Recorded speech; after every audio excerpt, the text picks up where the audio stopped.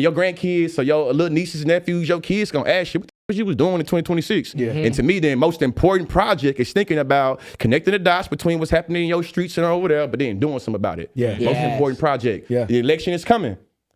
Elections have results. Yeah. They do have results. Elections have consequences. Yeah. Yep. Yeah.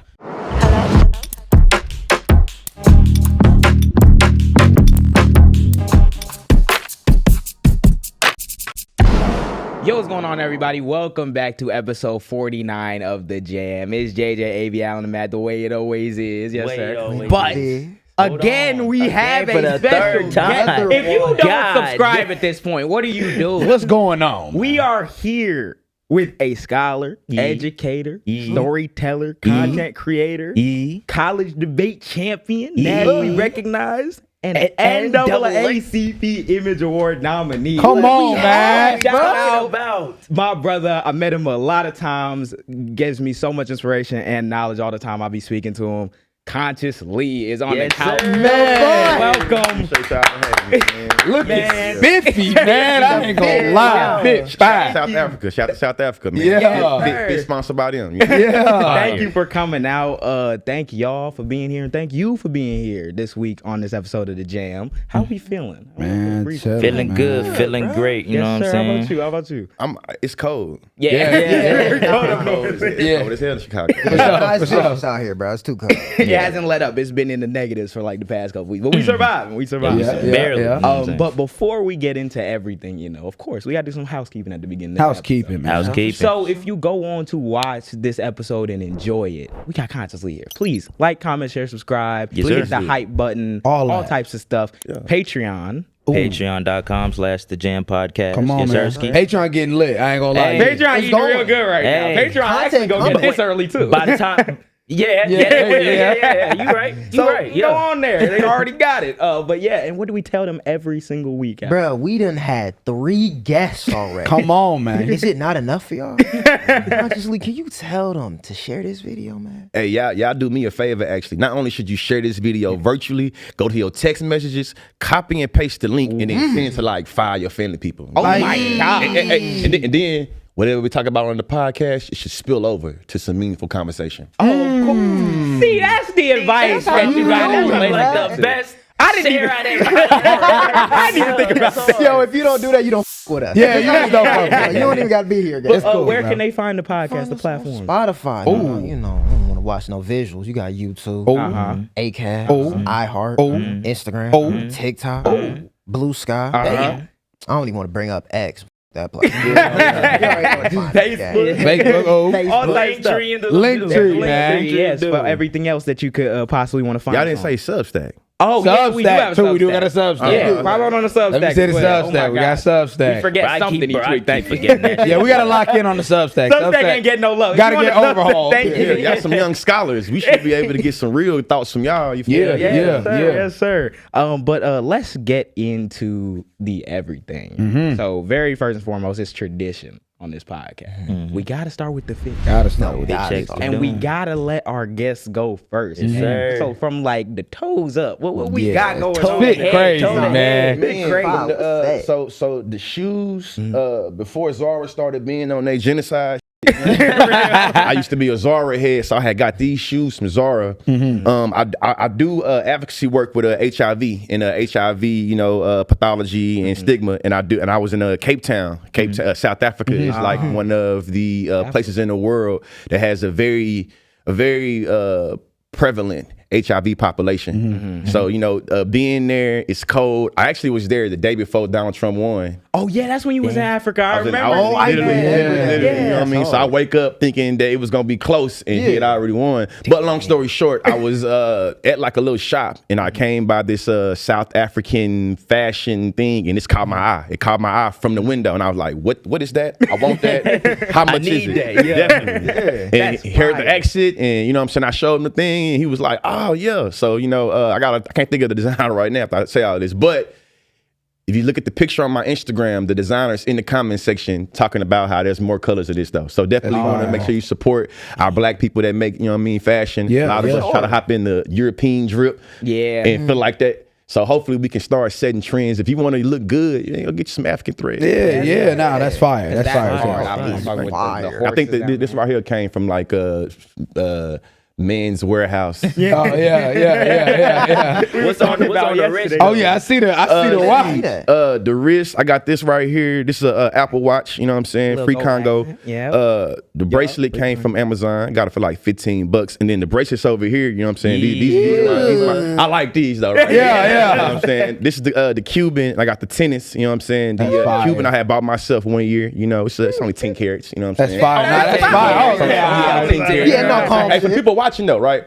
You start getting into gold, you want to make sure retain his money, retain his value. So 10 carat don't really retain as much as the 14 do, you know what I'm saying? So, you know, I started getting more in the jewelry and started being like, I can make my bang for the buck go a little harder. And the American economy going down quick. Get that gold, gang. Get that silver, gang. Silver too. I seen the silver prices. Yes. Blew my mind. Silver just went up, I think, like $200. It went up something crazy. Yeah, it was $38 per ounce, and then talking to my people, that was like, so now it's like at $150 or something. It's crazy. It probably got something to do with the companies taking all that, like, you know, with the same thing with the RAM and shit. They probably taking all that material. I don't know why it went up. I got to look into it, but I know silver went up and gold went down for the first time in like a long time. But gold had been going up for years at this point. Yeah, I didn't even know like the carats necessarily are gold, but like that's like 10, 14, 18. Gold, how they, I'm saying, look at it like kind of more tricky stuff. You feel me? But the is that silver? Tennis, you know. Oh, you put God damn. Up $48. You see what was it at? Yeah, what was it was glasses back on. I was trying to look cool. 30. Hey, I can't see that shit either. $37. Back in 37. September. What's the highest? Right now so it's at 6 months. You see that? It just went up to 114, and that usually that's incorrect. So it probably went up a little higher. Yeah. Wow. Okay. 36 to 114. Yeah, that's wild. Man, I wonder if our wages can move like that. That's the question of the day. Yes, sir. Oh yeah, the glasses too. Yes, sir. These are not Meta glasses. Oh yeah. Oh, they not Meta glasses. These are the ASAP Rocky the Ray-Bans. Like prescription though. I'm on my old man shit. I'm 35 now. So when I go outside, these mugs gonna transition right in. Oh, the little shaded ones come in. You know what I mean? Yeah, that's fire though. But I ain't reading no more, so I'm taking them back off. That's fire. That's fire. I could follow up now. I'm saying I got the dunks now. I'm saying them is fire. Blue. You haven't worn them in a while. Yeah. That's some default gray, sweatpants, everything. Little hoodie I want to be warm. See, we didn't have 3 pods in a row. We didn't have no more fit for y'all. We ran out of wardrobe. I'm just letting them know for me too. I was looking at my closet. I'm like, bro, I'm finna wear the same jeans. I'm gonna get away with this shit. I'm like, nigga, real gang. I got these knives. I don't even know what cut these are, but they are like lab. Now I'm saying so.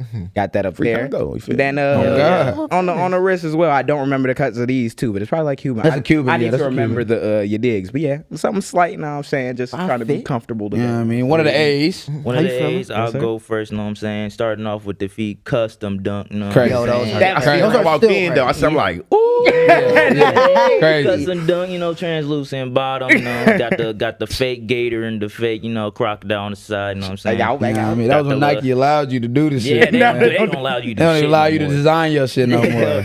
Critical. We got the for real.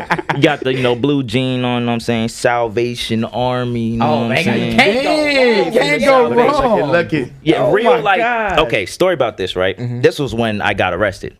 Wait, yeah. Wait.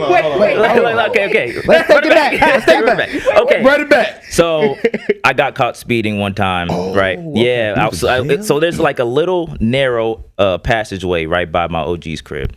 Nobody be on that. But this day, I hit that.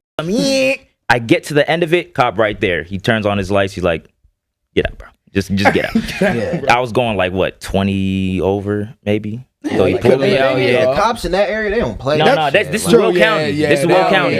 Will County don't play that. Over there, they don't play that. Yeah. He put me in handcuffs, back of the car, took me to the station. Fingerprints, all that shit. I didn't actually get put in a cell though. Where the shirt come in? The shirt come in. This was okay. But look, this okay. You gotta build the story. story. So after that, you get your court dates and shit like that. Okay. It was weird as fuck. So I get to my first court date. They give me community service for I think it was 30 or 35 hours. So then I had to go to a Salvation Army. Oh. And that's where I got this shit from. But the thing is, I learned. It was I need that. Yeah. So basically, what they had me do is work in the back. Sorting and everything. Yeah, sorting the clothes. But the thing is, they was giving me this for $1.50, and then they mark it up on the floor for $10, $5. Oh. So they making $9-10 profit every time they put the shit out. That's how the Salvation Army Yeah. But hold on, ain't our profit? Somebody donated it to him, huh? Just gave it to him for free. They just gave it to you for the low. For $1.50, know what I'm saying? It's all profit. So I got this for I think it was $1. Got the big ass Cubs bomber jacket for 50 cents. Really? You got that for 50 cents? Good quality, yes. Oh man. So you know what I'm saying? Got the I had to go and look Shout in out there. Salvation Army. Sounds wrong. That dude's not wrong. It do. It looked up. I got PTSD. I can't go back. But one thing that I realized with the system though is that after I completed my community service, I went back to court to turn in the papers to the judge or whatever. Public defender told me, all right, so what? How much time do you think you should? I'm time. I finished my time. My shit is good. He was like, I don't know, man. The charges the thing that they charge you with, you might be in jail for a couple months. Or I'm like, for what? I said, stop fucking talking to me. I had my papers. The judge called my name. He's like, okay, you're dismissed. I'm like, public defender is about to get you. I've already completed my. He said, no, you gotta sit down. Hey, and you saying I have my papers here in 2026? Nah.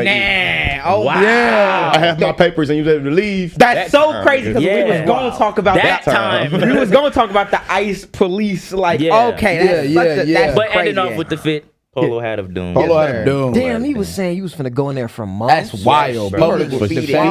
Crazy. That's crazy. There's not even sidewalks where you was speeding. I know the place. Is that a nigga on a horse? Hey, bro. It's corn. It's corn where he was speeding. What you talking about? Where he was speeding. Hold on. So where were you at? What is his relationship to Chicago? Where was you at? This is maybe at least 45 minutes to an hour outside of Chicago. So you in the country? So it's it's like countryside type shit. It's like the last. About to go to jail. He was a resident. We was doing a little shoot in his old crib for my clothing brand, and we was in the car area. just driving around, and we got pulled over once on the way to take pictures, and he was asking Matt about his stickers or some shit, right? So then we go back to his house and we still shooting for the brand. So then more cops come because we speeding around with the with his car. So that it's four cop cars that come and just surround us talking about where did you get that car? Where's it registered to? Why is it not registered to this house? We outside my house. Outside the house. They didn't believe he lived there. Yeah, they and beat this whole time. The neighbor had came outside. He was like, "Man, y'all need to be careful." Black man. So tell me why he say that and warn us, and then the cops come 10 minutes later. It wasn't even 10 minutes. 30 seconds. It was 30 seconds. Yeah. He said, "Hey, y'all be careful with all that speed." That was y'all warning to skedaddle, and y'all didn't. So because I was talking. We didn't even get time. We yeah, he probably right. 12 pull around the corner. Nigga caught him 5 minutes ago. Just wait. Continue with this. Hit a dude, gang. I got the Timbs. I ain't go to jail, but I got the Timbs. Timbs on, Got Matt jeans. You gonna do me like that? I got a crazy story, Dad. I didn't even get He said, "I ain't go to jail." I got Matt jeans on. You already know. I got the Soho Studio. When we getting that, bro? Studios, bro. We ever getting that game? I've been getting harassed in DMs, bro. Yeah, I'm already knowing. It's gonna come. Y'all gotta give me time though. Yeah, bro. We got to build the capital in that and all that. You know what I'm saying? I got the breads on. I need to get a new pair. These are busted now, but new pair of breads coming soon. You know what I'm saying? I got the thrifty pants. You know what I mean? Can't go wrong. Got the Soho Studio shirt. You know what I mean? Shout out my boy Alan. You know what I mean? Got the chain stack. Got the Man. In there. Of course. Yes, You know sir. you got to be fleet. You got to carry yourself. Gotta be. I be understanding why people be on our ass talking about y'all take too long on the intro. I get that. You gotta get through. Gotta get You through. don't Gotta want to get watch through. it. We got chapters. Skip ahead, bro. I don't tell you, Put bro. your Subway Surfer on the background, gang. But let's get right into everything, the man you dig. So it is a pleasure you joining us on the couch today. I wanted to talk a little bit about everything. It's not FBA, but it's kind of a similar thing. Yeah, no, just background in general. Yeah, just going in your background and everything. So I wanted to first play a clip that I watched that you had made recently. And it was talking about Myron. So we're going to start off funny today. But I really wanted to... Gotta go. He makes an argument here that you respond to that I really wanted to like kind of use to segue into everything else we're going to talk about. So let's go. I generally believe the white male in the United States is by far the most marginalized group of people in America because you can practice racism on them. You can call them all types of things. They're supposed to turn the other cheek. We've kind of like flipped it now. I'm aware that people that are white can't say certain things. They can't make certain comments, especially when it comes to race and black people. Because You got to be kidding me. Because in 2025, we just elected a whole white man that got more convictions than my whole hood put together. He's about to be president. You see what I'm saying? Or you telling me that white men that dominate political, social, and economic facets throughout our country is the most oppressed? You trying to tell me the individuals that felt like there's a potential for their children to feel a little bit disdain and discomfort were able to pass policies that say, hey, man, you better not say nothing that might make me feel uncomfortable. You saying they are oppressed? Boy, you wild. Now, I would say pick a struggle because you usually pushing some illiteracy around gender, but this time you decided to push a little racial illiteracy. You know what I'm saying? You know, your ability to read and write the situations, they suck so trash, so I'm going to give you an intersectional analogy. Explain it simply. The way this man talks about the white male falls in line with the white patriarchal ideas that he loves pushing on that weak-ass podcast he got, huh? A lot of us forget that when the slave or the slave master came over to the Americas, they also brought their ideas of gender along with their ideas of race. And that's why I be so annoyed when people look like me try to have this old objective idea around gender as if it didn't come from Massa and them. And even though this man is a textbook grifter, I think he might believe every single word he said. Education is elevation. Education is elevation. Definitely So elevation. the thing I wanted to point to in that is like the fact that, especially in this like, you know, anti-woke era, it feels like we've gone into where now we're here with the fascists at the door as planned. It seems like the big gripe that a lot of people had, people like Myron or the white people that watch him, is like it feel like you was talking about, oh, I don't want my kid to learn about slavery because it might make him feel bad, X, Y, Z. Even though they was probably the ones watching the shit. I've talked to you Yeah. Before about like your family, your background, the history of like incarceration. How do you think that shaped your politics, having to like grow through that, as opposed to, you know, the surface level shit people will say, well, my white kid might feel bad at reading a book. Like the difference between actually living it and feeling like the reaction to it might be bad is a whole like world of separation. So how do you think that like influenced you? Man, being born and raised in small town Texas, I think it made it where I always had a little chip on my shoulder because I was always kind of a little bit of an intellectual. But the white people in my class made me feel like I didn't fit in there. So when I was in these AP honor classes with other black people, you know, in terms of class, I come from the hood and other black people that wasn't. So a lot of times I had to think about the socioeconomic ways that my parents going through. I'm a first generation college student. You know, my mama was addicted to drugs. She just celebrated 1 year sobriety. Wow. Parole. My daddy got parole literally last month. Wow, that's fire. That's fire. Growing up, you got one parent that's in the streets that she feel me hustling, and you got one parent that's battling drug addiction. You get to see both sides of what it means for a family to be deconstructed by, you feel me, narcotics and hustling, and you get to see how a family can get bills paid. You know what I'm saying? Yeah. I think because I had a different relationship with policing, different relationship with the prison industrial complex, it made it where I'm very confrontational, and I think that's where the raw organic nature come in. Yeah. So when I'm thinking about, you know, policing, or thinking about incarceration, or thinking about all this, I'm thinking about, hey man, when I was 5 years old, they kicked in the door. You feel me? When I was in high school, I seen my mama strung out on PCP. You know what I'm saying? When you feel me, like when I'm in college, My daddy get busted. My mama go on a run. I'm in college. I'm competing for national debate championships. Yeah. But my parents is in jail. I'm the oldest. My sister's at home trying to figure it out. You feel me? To this day, I got guilt about why I didn't go back home and try to help my sisters. But they doing good now.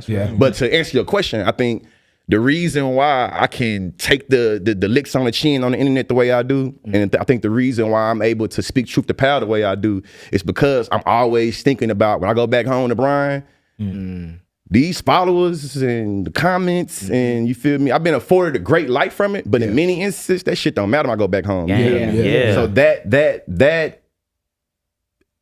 reality check and me always thinking about what brought me here. I think that's why my theory and my philosophy and the way I string things together come to life that way. Cause I'm thinking like, hold on. And then I'm from Texas. I'm 35. I've been living under a Republican regime almost my whole life. You feel me? I was in Oklahoma for a little bit and I was in Texas. So when you got your whole intellect cultivated below that Mason-Dixon line, you feel me? And your intellect is really criminalized because nigga, you ain't supposed to be reading like that. I would argue even now. Get criminalized for having literacy. So that's how I was gonna say you can see an example of that because it doesn't even have to be like written down. They try to get away with the whole like, you know, it's because they don't got the Jim Crow laws on the books no more. But like when we're actively trying to pull back what you can read and find out about because it might contribute to white guilt. That's literally just the precursor before what they did already. Exactly.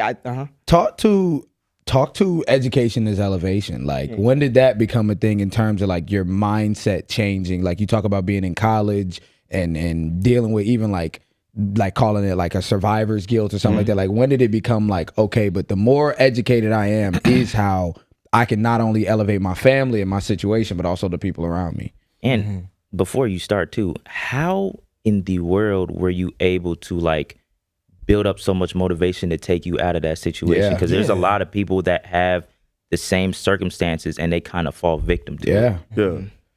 Man, y'all got me let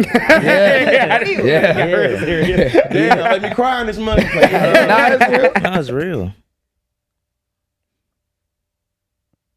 Growing up, I just knew that if I have kids, I don't want my kids to experience eating sleep for dinner. And I see what the adults around me is doing, and I don't want to be in the same situation they in. So I'm gonna do the opposite of them. But also, I think that from a very young age, my entire family and my entire community treated me like I was the golden ticket. I was treated like the meal ticket. I was the like, man, Lil George gonna do something for us. Y'all, he gonna make sure we all gonna be good. So I think because I had people always pour into me, you know what I'm saying, I always believed that I was gonna be able to break the cycle. My daddy and my uncles was really in the streets, and because they really was in the streets, people in the streets respected them. So I wanted that with like my homeboys, the people that was gonna put something in my hand was scared of my daddy, scared of my uncles. They kept you out. They kept me out the streets. You see what I'm saying? So a part of it is me being like, I don't want to do that. The other part was like, even if I could, because technically it'd be like, niggas dabbling, you dabble, and then next thing you know, you waist deep. You see what I'm saying? So you know, being around people that just been locked up, you know what I'm saying? I ain't never been to jail. I made a jailhouse spread like a few days ago. You feel me? Had some noodles. I had some chips. I bust them down in there. Went and grabbed me a little can of mussels and oysters. Dumped it up in there.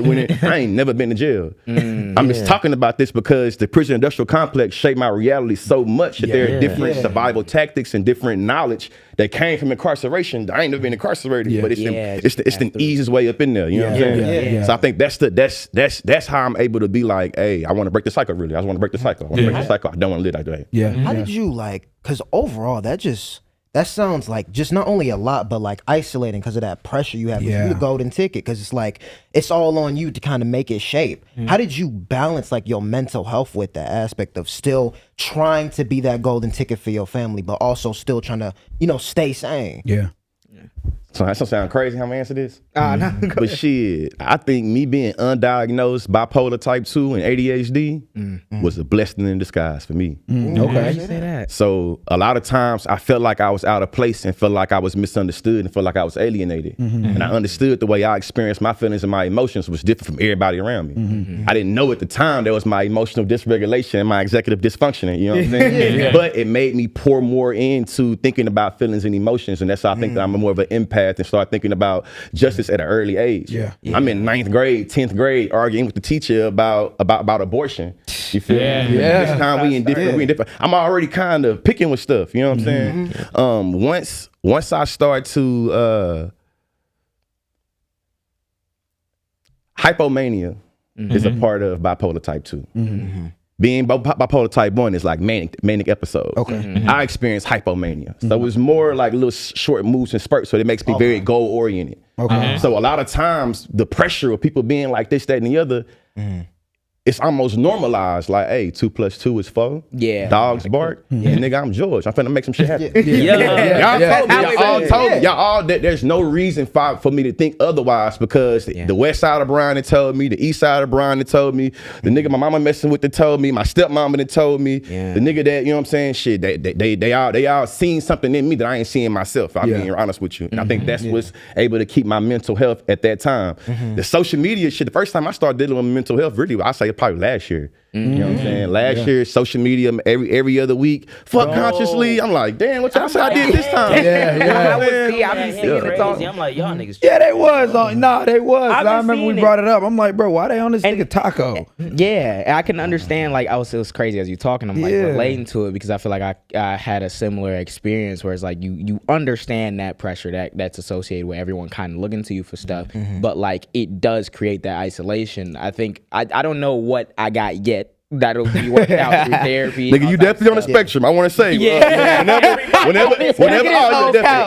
whenever they go, remember this episode. It's all neuro spikes again. All gang. And you want to know what's funny? That's the thing that is what kind of taught me to value in it as well. Is I think also being around y'all because like you can tell like not only is I feel like the way I process things kind of different to people around me. I can see how it's different from y'all, and I can see how y'all's is different as well. So it's not even like it never been like a paradigm where it was like you have like normal and then you have like look over here. It was kind of like even in the goals that we wanted to do, it was like, oh, okay, I know distinctly that all these niggas want to do something completely different. And then as we get to know each other, it's like, oh, you understand. I understand why it's so like you got a little bit of tism. That's what's just a little tism. You know what I'm saying? I think for me, like, cause I say the same thing in terms of mental health. I think we just had an episode where we were talking about mental health, and I'm like, bro, most niggas, including me, wasn't even clued into mental health until like a year ago, a few years ago. I'm like, I probably clued into the. What? Say it again? No, it was just a gram. Yeah, I probably clued in. I think, I can't speak for everybody, but I probably clued into the mental health shit like 2023, like 2024 is when I really start realizing, okay, these tendencies and these things, X, Y, Z. And that was also when I started to untrain myself that like neurodivergence is a bad thing. I'm it's so stigmatized that it's such a terrible thing and that it's, oh, you autistic or you all and it's like, bro, that's not a bad, neurodivergence is not a bad thing. There's a lot of people, most people is on the spectrum. It's a spectrum. It's literally a spectrum. And even that stigma, like especially like in the black community, like it's one of those things where like as you're a kid, like your parents don't even want to take you to get tested. Like that shit not real. Or my like, OG it's almost test me scared for that reason. answer. I started this in the classroom. I started building my following in the classroom. I was a professor at the University of Oklahoma. I was the director of the debate program, and I was teaching DEI and social work classes. So when I started to learn more about mental health from my own perspective, I'm in the classroom and I'm seeing how different symptoms are perceived differently from different bodies. Depending on your cultural background. Definitely. And just what is acceptable and what's not acceptable. So when I became a 9th and 10th grade English teacher at a Title I school in Oklahoma City, I started seeing shit. All my class is black and brown. But I'm peeping like shit. All y'all got learning disabilities. And the only thing is you're criminalized for your learning disabilities. It's seen as something that you gonna bring down the test scores of this whole shit. You gonna mess with my funding? Take your ass to that school over there. So when I'm sitting in class, though, I'm thinking like, damn, these students only sitting in my class because they are seen as being exposable and disposable to another classroom. Also, I'm from the country. I went to school with white people and Mexican people, so I ain't have to go through no metal detectors. I know y'all from around here, so maybe that was y'all experience. A couple of schools. Oklahoma City, that was the first time I'm seeing this. So I'm thinking like, damn. In order for my kids to get in my classroom, they gotta go through a metal detector. This is in 2020. I look a lot younger then. People start looking, but I look a lot younger then. Long story short, the school officer tried to handle me on the first day of school. Didn't know I was a teacher. That's crazy. And it really fucked me the entire year. The entire year it fucked me the entire year. Change your whole mentality. Because the entire year. It shows that like that criminalization of like stuff that is audio control by definition because you a kid. Yeah, they think But, everybody like, that walks and then through they- the There's no doors is reason you just should be terrible walking in there. people. You already on 10. Yeah, like, you so already on defense. and because you're programmed to do so, because they've decided that the way that you're gonna keep the kids safe is you put up more metal detectors and stuff. We don't address the gun or the poverty or the concentrate everything. We just put the metal detector there, so you treat everyone as a threat. Yeah. It's supposed to be a learning environment. Yeah. Treat everybody Just as a like threat. how them bitch ass governors be doing sometimes. More police. Yeah. Like, and then that's and then you wonder why you have kids going to prison. It's like you wonder why you even hear people talk about like school to prison pipeline and shit like that. It's like, bro, it's because you treat it like prison, bro. Yeah. You have these kids walking here, they trying to learn, and you metal detector. No, like really peep it though. You're dismissed by a big ass alarm in your ear. Yes. You got single file lines. You got to walk every down alarm through, like, to that's go damn near everywhere. To prison, eat, yeah. you got a bell to eat. You got a bell every time you leave your class. You got a bell, like That's why when I remember even like in high school, because my school was, the high school that I ended up going to was, it's kind of known as like the nicest one in our conference, but that's saying something because 20 minutes down the road was a school that they went to, which they got like funding to build. Ours shit was every way, single year. ours is like Niggas like, faking their compared ass to go his that school. Dang, like, Niggas faking their address to go to that. Yeah. So my school was like 20 minutes down the block from that because we ended up moving. Our family ended up moving by the time it was time for me to go to high school. And it has like maybe half the students there. And I think it was maybe us and one other school called like Kankakee that was the only ones that didn't have metal detectors in their classroom. So like when the kids would come to our school, they'll be like, this the nice like preppy school. And in the town that we live in our water quality not even like nice. But Paul couldn't even drink the water over by that crib. But you can see like the like how it's stratified based on what's going on. Like the white families that live in the upper parts of like the area, you know, they'll make up the majority of the academic, like the teams, the all types of shit or whatever. And the black kids all they talk about is building an additional fucking they built another wing of the school recently. They had millions of dollars. My high school had millions of dollars. I was locked up to finish like the field house and all type of shit that they didn't finish on time. I moved. You know how when you leave, you know how when you leave a school and then they start building shit and then the schools start moving. Every These time niggas built a whole other side of the building for kids who were like fighting or like had punishment. They'll send them to there. Oh, like Send them, Delta or like Anchor or they some call shit it like that. CAPS. Yeah. They'll send you CAPS. there for like behavior shit and they'll just like keep you cordoned off in that part of the building. I'm like, that's a Band-Aid on a bullet hole. That was the whole thing when I was talking about. I'm like, bro, you don't even give these kids like nice like facilities, cutting costs from that. You don't give niggas a reason to not want to fight and cause a whole thing in the thing. But you'll build a whole nother brick and mortar, everything they'll contain the problem. Contain them, Like, even you like never the get to even like that. the Delta Yeah, it's not- class you was talking about. Like I remember just being in HF like my first year, and I wasn't a bad kid, but I didn't care about school. Like I tested really bad, so I was in like the classes with the bad kids, and I'm seeing like they in shit classrooms, they getting shit treatment. You not really attentive with them. I don't know It's what 30 you of them in the expect. class. Yeah, 28 and of you them. not Fill 'em up, going yeah. individually. Like you said, it's just putting the Band-Aid. That's not even going to suffice at all. And I wanted to talk about that, let that segue into the broader conversation of because we talk about black and brown kids and the kind of dissonance that happens when you see black and brown faces in like high places that are allergic to providing like real-time solutions to things like this. I bring this up because I very recently seen that you had a beef with Cory Booker. I did see that. Technically, Book no. we met each other at Trending Up. Is it? So can you explain a little bit what happened with that? Because I was at Trending Up when that happened, and I had my own thoughts in my mind about when I seen y'all press him because of, you know, his legislative choices for support for Israel, all types To of stuff. ban fucking genocide. TikTok while you're here at the Trending Up event. Like, That's what the beef was. So I remember seeing all that come through, and when he came through in the room, I'm like, well, this is a little weird, like if you know what the real is. And I know we kind of talked about it a little bit in DC. Tell us, walk us through a little bit what happened with him, and then I wanted to talk more about like the greater how they effect. talk about ICE, how we are denied from progress constantly. My beef with Cory Booker originally started when they were insulting our intelligence and telling us they was gonna ban TikTok and had to ban TikTok for domestic security reasons because the Chinese was doing everything with our data. Everything they accused Chinese of doing is what Israel's literally doing with the shit. That's important. He come to a room, we all lefty leaning content creators, mainly TikTokers. Exactly. Like what? At this point, I got the kids, I got the wife, I got the mortgage. And be paying bills. Yeah, this is like Corey Book, if you watching this, I know you be watching. I say this respectfully, but it's really how I feel. When I seen your bitch ass in the room, I thought like, hey, your presence is making it hard for me to be able to put food on the table for my family. Yeah. So just like you understand the way that you're able to have a way of living, to be able to provide for your family, you feel me? That what you came in and you impeached on mine. Yeah, you trying to sell us the idea. But you know what thing that pissed me off the most? When he started talking about being a child of the civil rights movement, as a nigga with a degree in African American studies, as somebody that has really sat with the black tradition, that shit really pissed me off. Then he's saying, y'all the new media. Think about it. Y'all the new media while we try to suppress y'all niggas. That's dead wrong. I'm not just being petty. I'm not just trying to be some radical lefty. Like, think about it. He's at a conference crowning us and celebrating us as the new media. You just voted for a bill to sabotage new media. And you in this motherfucker and you just a big old, I like this. You don't care as much about black people in America's general welfare as you do the Israeli citizens. And that's asking them this. The last thing I say at this point that pissed me off. So he get off stage, we go confront him, go press him. I don't say nothing, you feel me? It's just my boy Khalil, Ariana. I got the camera. We looking at him.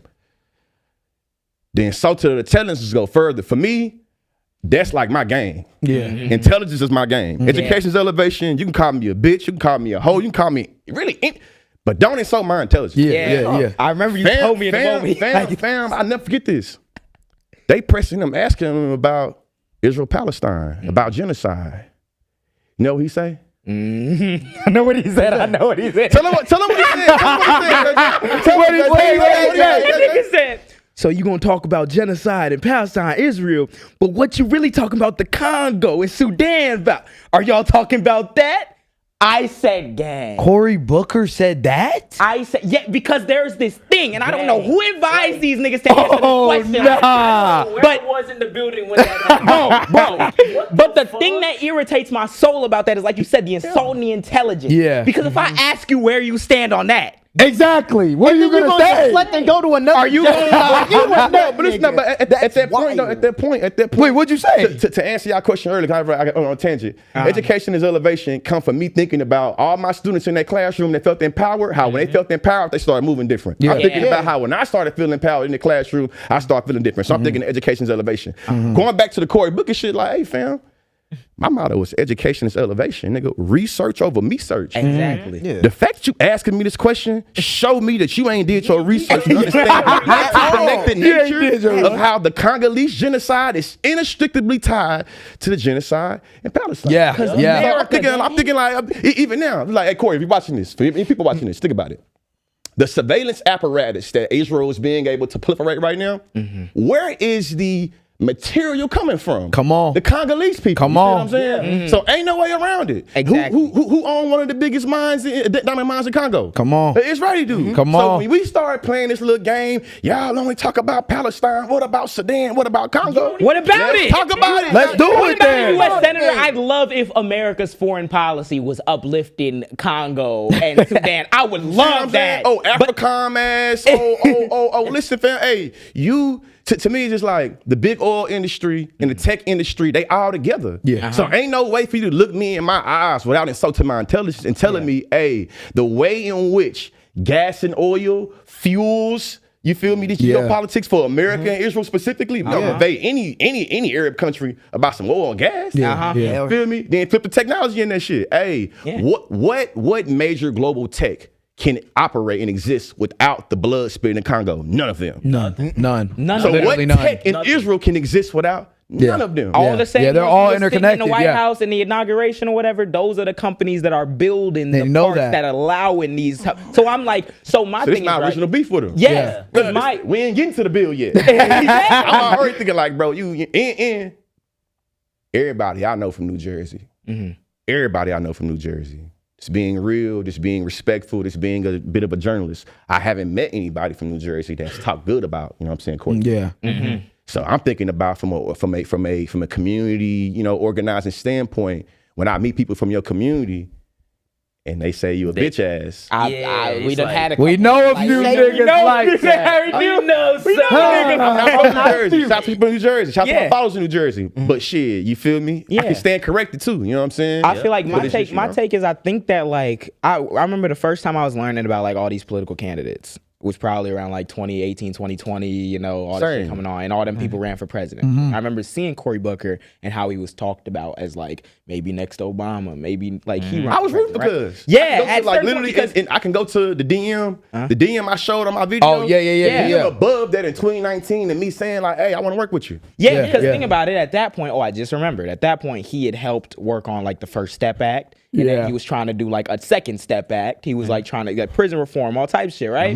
So I'm like, cool. But I think the moment, we were all forced as a country and the Democratic Party was forced as an entity to grapple with a lot of the shit they got away with ignoring, you see how they come up flat with certain stuff. Like I feel like politicians like Cory Booker will use the excuse that like we can't divest from Israel or we can't choose our alliances differently because all these people funding XYZ, it's all these people who got like these ideas and they got a lot of money. So if I buck them, then I might lose my job or my XYZ. But that's the same situation. Exactly. And that's the same situation you put every TikToker and content creator in when you come to a conference and you trying to slow roll sell us the idea of supporting as if we dumb or something. As if we're dumb or something. But you telling me you can't support us because we don't take your job away. That's that double agent shit because you're trying to seem holier than thou.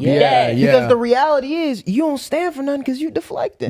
Let's put on paper. Right? Put on paper. I remember before the conversation of TikTok being banned came up, niggas was making like upwards to damn near 5-6 bands a month. Yeah.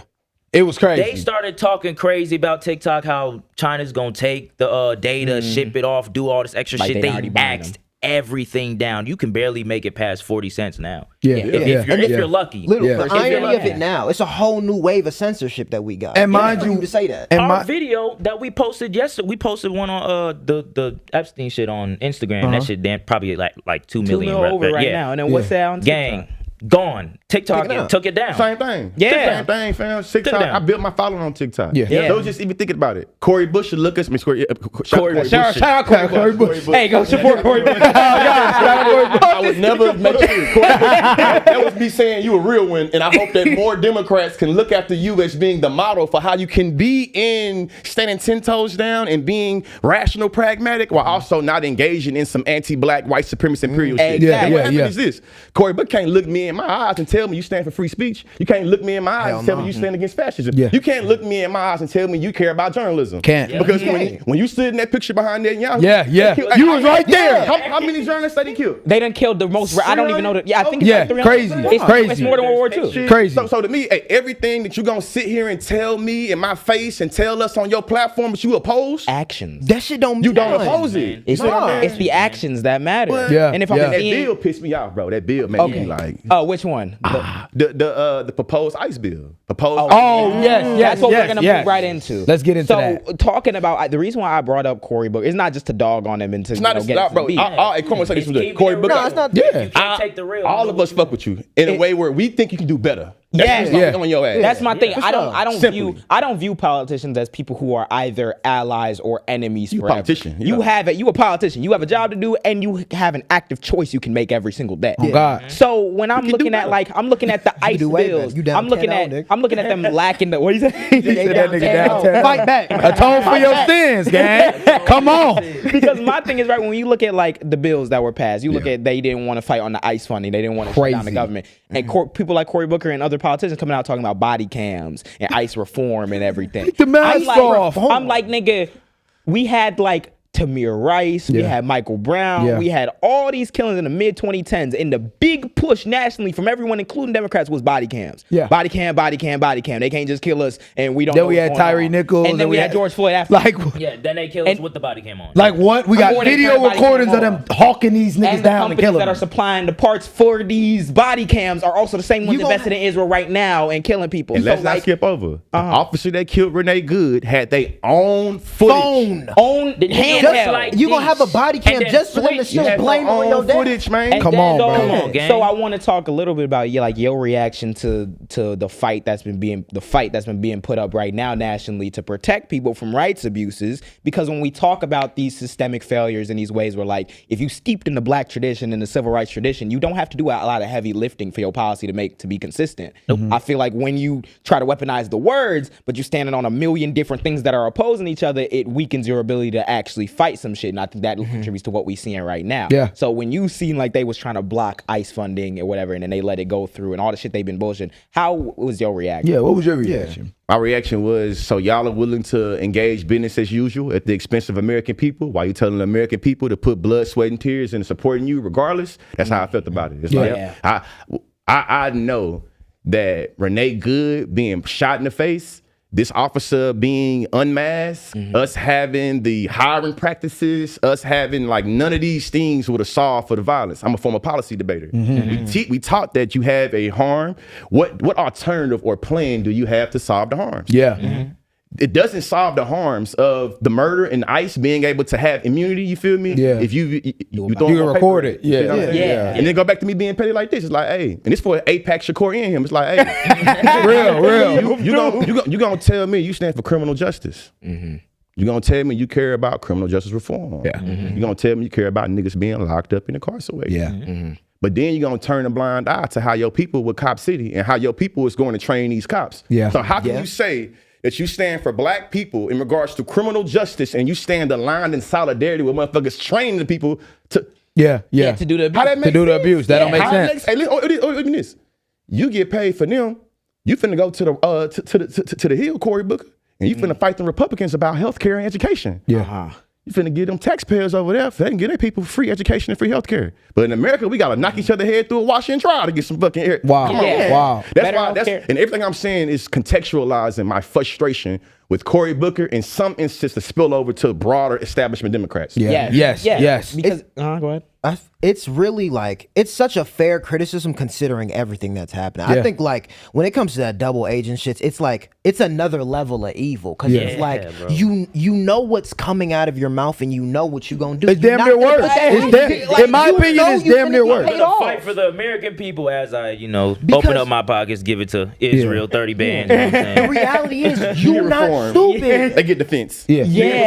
They get defense. So that we were talking damn. about it, like a theme that's kept popping up is the thought that like we need to see extraordinary actions for extraordinary times. Yeah. Like I'm hearing the words. Yeah. I'm seeing what y'all trying to do and remain consistent. This is not right. Yeah. But Like, how many times we gonna know this shit not right before we do some shit? before we like withhold our vote, Yes. before we stand on some shit. Like I was just talking with actually that's coming out already. It would have been came out. So we was talking to Kat Abu Ghazaleh. She was just here yesterday. We was talking to her about how like I'm seeing like these people who are trying to message in a particular way. Trump's ICE.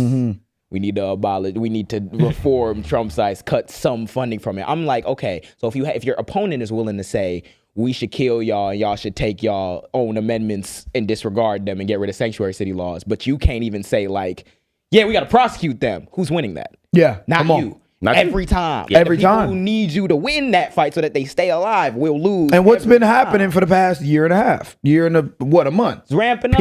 We've been losing. We've getting the shit beat out of us every time. And you know what they're saying right now? You guys are being unfair to the Democratic Party because they're doing everything they're doing. And because we can't, they're doing I saw someone, okay, hold on, because I'm about to get lit. I saw someone get on me about Tim Walz in my comments because I dropped a video on Tim Walz and I'm like, bro, this nigga inept. This nigga cooked, fried, done. That they gonna step down. This nigga has announced that he's gonna step down from everything. I'll never run again. He gonna send an appeal to Trump. I'm like, this nigga gone. And niggas like, Matt, bro, you just not being charitable. This is a big time. And I'm like, okay. You took that job. Gang. Like, if I take the job as the president of the United States, if I take the job as a governor of a city, or a state, and it's niggas or state representative, if you run into my city, that's what we got mad about. If you run into my city with ICE, or if you run into my city, bro, it don't matter what's going on. I'm standing on it's your city. Yeah. Okay, Tim Walz, I get it, bro. You get pulled into this whole establishment Democrat thing when it comes to the whole VP for Kamala and all these things. I understand how these things work. It's politics, political theater, whatever the fuck you want to call it. Cool. You done got the fight brought to your backyard, and you just said, I can't do this shit. I'm put. Make your whole message meaningless. What am I supposed to be compassionate to you about if you're not compassionate for your people? Because they're violating. That's one thing. Like, remember they had the Republicans love to try out the states' rights thing when they ready. They love it. They love to try out the states' rights to when it's come to defending their right to be racist, defending their right to take your health care. Treat women like keeping niggas' property and shit. Oh yeah, state rights. People, all types of shit. It's state right to do all that. But when they literally come in your state and violate your 10th Amendment state right to determine your own immigration policy, and then murk two people in the face in the middle on video. Nah, murk two people and send you a fucking letter. Ultimatum. We get I gotta stay within the. Wait, so the Confederacy in their mind was forced with the decision to keep going by the Constitution or go against it to fight what they see as Northern aggression. Oh God. So can you never, even if the argument is there that you can make it, you can win that argument, it's demonstrably true that these niggas got charges, they doing pedophilia things, agrees. and they violating your state sovereignty, and you still can't. America agrees with the fact that Renee Good and Alex Preddy got murked unjustly. No, they were domestic terrorists. Like, and you saying, oh yeah, we're going to send an appeal, even if it takes 3 years. We gonna keep nigga, even if it takes 3 years. That's what this nigga said. Even if it, end of the presidency, we'll get him after. And so what we got to accept is that right now the current Democrats are more like the moderate the moderate liberals that Martin Luther King was critiquing in the Birmingham Village. Like y'all care more about order than y'all care about, you know what I'm saying, freedom and justice. Y'all care more about, you feel me, business as usual than you care about literal justice. It's just y'all showing it right now. Right? It's like showing it right now. Like, we can't get rid of Chuck Schumer because who's gonna lead? He's not even leading, gang. This nigga signing books. Hey, ICE is younger than Casanat. Yes. Not only is ICE younger than Casanat, the enforcing of immigration predates the fuck up of 9/11 and the development of ICE. You know what I'm saying? So the fact that now we believe that ICE monopolizes how we're able to engage in immigration That's the only policy, way. it blows my fucking mind. Didn't you say like the original shit was a fucking desk job? They had the INS. Yeah. You know how we had the Asian Exclusion Act? How would they make the Asian Exclusion Act if we had no way of doing immigration at the time? There was an agency, the INS, that it wasn't perfect as well. They had their own authoritarian shit. Some white supremacist shit. They had quotas and things like that. Of course. They talk we in America. You know, the white people, I'm gonna call INS on you. Like that's what they were used to do to people back in the day. But INS did not have fucking ARs in this. No, it didn't. Bro. Your point though, it's like gloss over this though. Yep. Your indictment you just made is so good and structural. It's because you're pointing out that it's not necessarily the funding. Yeah. You're making a structural analysis that when it comes to immigration in America, there's always some desperate impacts that helps white folks that come at the expense of people of color. We're talking about Asians or Arabs or this. So you're making to me, I hear a criticism that it's not about the department, but the ideology of immigration itself when it comes to this country. Exactly. And the more you want to skirt it and make it worse, it's about ICE. No, motherfucker. No. It's about the apparatus of America. Abolish ICE. It's not about fucking ICE. ICE should be abolished. But it's stop at that. You're gonna make another one. You're gonna make another one that's just, so it's like thinking about, so what is the root of this problem? The root of this problem is you believe that white kinship should always be the wherewithal when it comes to citizenship. Meaning Trump could say no immigrants. Except for the white South African ones. South Africa. You know what I'm saying? Not the colonizers. But not the... To the Zulu, the Xhosa, and all them. Not them, but But like, that's what I be... People are going to stop at abolish ICE. That's what I try to convey. I saw somebody, we went viral talking about like, okay, if it matches up, like if your things match, you should want to end the wars and the imperialism and abolish like ICE. The reason why I say that is because, like you said, the structural criticism is we have constantly treated, when you let white racist people make the immigration policy for a multicultural superpower, it gon' create a lot of problems over time. So until we do an immigration policy that treats immigrations like people, and then we stop bombing niggas' countries and forcing them to come here in the first place, that's the only way we're gonna get an immigration system that isn't, let me call these people on you and terrorize you. And then take Maduro and put that bitch ass a Nike Tech. Yeah, that's what And then you in 10 do. years, 15 years, we're gonna be like, damn, it's a lot of Venezuelans. We gotta invite. We just fucked they shit up again. Like, didn't the Chicago? Yeah, they yeah, was Venezuelan. Yeah, they were Venezuelans. Yes. And you had people Nigga who was from like, Texas sent them over here on a bus. and you had That's my, people. that's my governor. They Yeah. be human trafficking, man. They be human trafficking. Governor Greg Abbott is that's my guy. That's my master. And don't talk about my master. Master's good to me. Give me good seats, featuring Jeff. Don't say Toby Ware. Featuring Jeff Mead. Toby be good nigga. What's your name?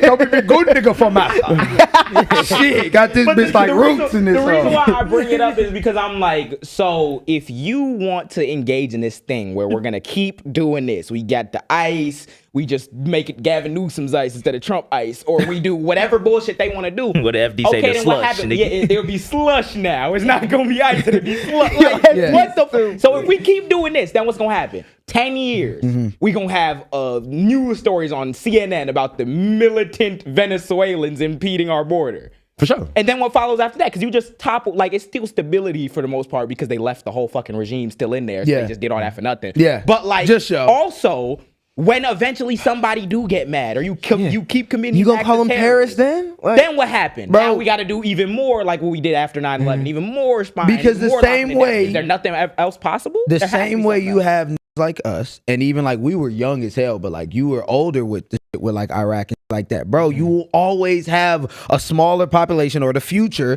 that is gonna look at it objectively and look for the facts And be like, what the fuck is happening? And y'all killed like my times people. already. Yeah, I like how you brought up. it's gonna continue to happen. It's a revolving. So I like how you brought up Gavin Newsom because I'm looking at these people's responses and reactions. Yes. Real you too, shit, because Gavin. it's like, gang, I look at their reactions and their responses, and I'm like, this is really a consequence of like they white privilege for real. Because it's like y'all really sitting hoarding y'all power, getting fat, and like now when the moment really calls for it, now it's like, let me have Ben Shapiro on my shit. Let me Let me go to Charlie Kirk's podcast. Yeah. the dissonance It's like Jesus. to stand up and be like, yo, they just pulled us out of the fucking World Health Organization and be like, all right, as a state, we need to get back in that. To do that as Gavin Newsom and then a week later get on a pod with Ben Shapiro, it's like, You could go, just not too far. what the fuck? That's what really- that is. You go, good, just man. not too far. Yeah, so like, yeah. when it's a signifying victory like that, makes sense. But if it's something that's structural that'll cause you to maybe be looked at by some critic, and then y'all play stupid for the camera, trying to avoid a moment that's already in current. Yeah. fair. And the reason why I can't rock with it, like you kind of said, is the moment being met or not being met right now. What I want to bring up now is what just happened, like yesterday, 2 days ago, the black journalists being arrested. Yes, We had yes. Don Yeah. Lemon go, and I was talking about like, for my disagreements with Don Lemon, that's aside from the fact they just violated that man's First Amendment right. No. You hear that, Cory Booker? You see how that? I want to be clear. Hold on, I'm sorry, I didn't mean to cut you off. The discernment that he has to compartmentalize the way this policy can be seen discursively as being like, we have this policy, this policy, this policy. We have the way you fucked up right here, and we have the way that you're being fucked over. You see that? It's not like a fuck Cory. It's, like, It's not all about the actions too and the let's be clear criticism with that. underneath. Because Don it. Lemon, you know what I'm saying? But Don Lemon, like, you shouldn't be done that way. Exactly. Yeah. Don It's Lemon, insane. Georgia Fort, Traherne, Gene Cruz, and Jamel Liddell Lundy are 4 people who are all arrested by this administration. I almost I believe put they're it all on- black, right? Yeah, of them all Yeah, black. all of them black. Wow. And All black. I couldn't like fully type it out yesterday because I was still thinking about it. I'm like, fuck it, I'm gonna just talk about it on the podcast. Like now, because everything keeps changing, right? We just went from the last couple weeks we seen Alex Preddy and Renee Good. It's All this hypothetical we was talking about, like, yeah, well, this is why all in January. all in January. We not even in February. Four journalists fucking Before we get into Black History, 31st. 31st we're Like, recording. we gonna This make is it? in Black History Month. That's why I want to digest the fact that like we've spent a lot of time trying to justify like our arguments for standing up against the administration and standing up against ICE.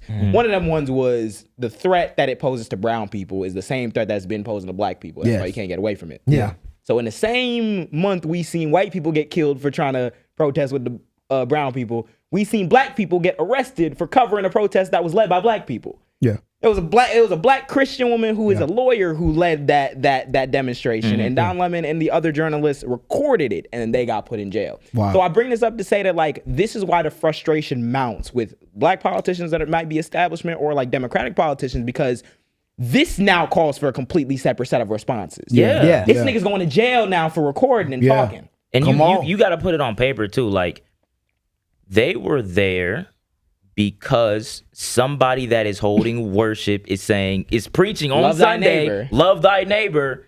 But then in the nighttime, you're an ICE director taking away thy neighbor. So, like, what do you leave people to do with that direct contradiction? Of course, nigga, we gonna protest. No, you should have prayed for him. Hope that he called Nicki Minaj to send the prayers. You know what I mean? Praise. Man, so like I wanna talk a little bit about that. So like, because in our field, like we are pretty much the more modern iteration of what Don Lemon was doing for his entire career. He was the first, like one of the first black people, CNN holding down that for like him and Torres. Yeah. Shout out to Torres. And now we're here where like we are kind of like Cory Booker said, the new media, right? And it's because we're not in this like culture, like this like corporate captured model, we have a lot less protections in a lot of ways. You don't get the big job benefits you probably would if you had like MS Now or CNN. Yeah. So like, how have you been adjusting in this era, obviously seeing generally our rights being stripped away, but now like constantly knowing and laying on the information from like our ancestors, knowing that this threat is always something present for black people, and now seeing it begin to materialize like officially? Man, when I got off the plane and I got here in Chicago and I was riding down the highway, I seen Ida B. Wells drive, Ida B. Wells, whatever. And I was just sitting there and thinking about the history I know about Ida B. Wells, how she put her life on the line to be a journalist and being able to document the lynchings. And how once she started speaking truth to power, that she started being targeted. They started burning her shit down. They started to try to lynch her. They started to, you feel me? And it's thinking about that there's always been a threat for black folks that want to be in resistance and that want to get other black people in terms of the truth and educate them on it. So I feel like me having my degree in African American studies, I've been trying to contextualize my vulnerability, my fear, my uncertainty through what my ancestors have been through and what I know about history. And I think that the way I'm able to be defiant and able to be in this space, I have to remind myself, George Floyd did not have no following. Trayvon Martin was not no freedom fighter. No. You know what I'm saying? Mike Brown was these niggas existing. Innocent by they existed. So I have to just remind myself, like, hey, there's some uniqueness going on around here, but there's also some non-uniqueness. And the non-uniqueness is niggas get killed for being a nigga anyway. Now, don't get me wrong, you can monetize the visibility or magnetize the visibility or magnetize, you feel me, but at the end of the day, I have to remind myself, being black is enough. So how I'm able to contextualize this, compartmentalize this as being like, hey, these cracks definitely coming. As I'm talking about crack that will get in your place, you speaking, you got how many followers speaking like what? Crack, boom. So I say crack intentionally, you see what I'm saying? But I know just like, hey man, Huey P. Newton said, define the phenomenon and make it act in a desired manner. That's how I understand education is elevation. You see what I'm saying? And right now, the phenomenon that we in is that we in COINTELPRO 3.0. We in COINTELPRO 4.0. As I'm sitting here in Chicago, I'm thinking about the psyche of Fred Hampton and knowing when he's talking about they might kill the revolutionary, but they can't kill the revolution. This nigga know that they targeting him. He know that he in surveillance. He know who he on the list. And I'm just thinking of like, this shit not for show. This shit not for no clicks and no views. Before I was doing social media shit, I was doing this. So I have to remind myself, it's purpose of a popularity. I've gotten popularity for what I've done, but the purpose still outweigh all this shit. And what I know is shit, That's man. real. Every day you get up, you turn on that camera, you know that there's a bigger purpose behind it. This isn't just for social media. That's why it's so personal. Keep it sane. That's what separated, and I feel like that's why there's so much difference in between like the way black people and white people will talk about this shit, engage with these topics. It's because like, and I made, when I first talked about Renee Good, the first name I brought up was Fred Hampton, or Renee Nicole Good. I brought up Fred Hampton because I'm like, growing up here, knowing that there is a target, like just having the passion to want to drive for a better future. can get you killed if you're black. Yeah. So it's like that's why thinking about it.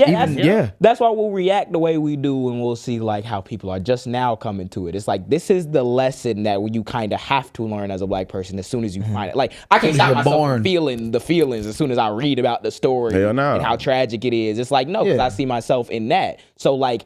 The thing that I feel like separates black and white people when we talk about it is like you can see the difference. You can see a nigga like Aiden Ross, or like how they engage with it. It's a content thing. It's ignorance from them, but it's also like cultural. Like they just don't understand. It makes slightly different. Us though, like that's it. That's what we have to live and deal with and gripe with because like these. Like the NSPM 7 shit that they just put out with Trump's Department of Justice talking about like if you do anti-capitalist sentiment, anti-Christian sentiment, you could be domestic terror. That is like, wild. That's insane. That's insane. I'm talking about man, shit. Anti-capitalist. People be thinking it's like COINTELPRO, like with some shit, and then it just was like far away conspiracy. But when your government is doing that, like what did we say? I like how you brought up the that. history. Like that's how you know it's just a culture shock that like white people are seeing now because they're like, what is happening? But like, when this country happening this way? have you seen there? What if they kill us? What if ICE kill somebody in the house? It's like Atiana Jefferson. Bro, we feel bad. It's like what you fuck you? So it's just showing to me. Y'all never really identified with our humanity. And you seen black suffering as a core tenet of how America operates. Yeah. When y'all start talking about, can we go back to the old, you know what I'm saying, police brutality? I think there are ways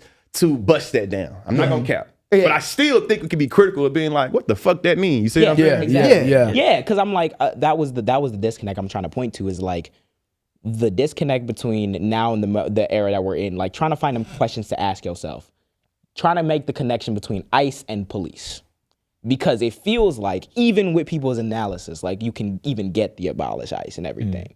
But the reason why I view the body cam conversation or reform conversation as so dangerous is because it yet again misses an opportunity to understand what we've been talking about with police. Yeah. The fact that a Botham John can go into his own crib and get killed by someone who was in his crib. Because they're a cop.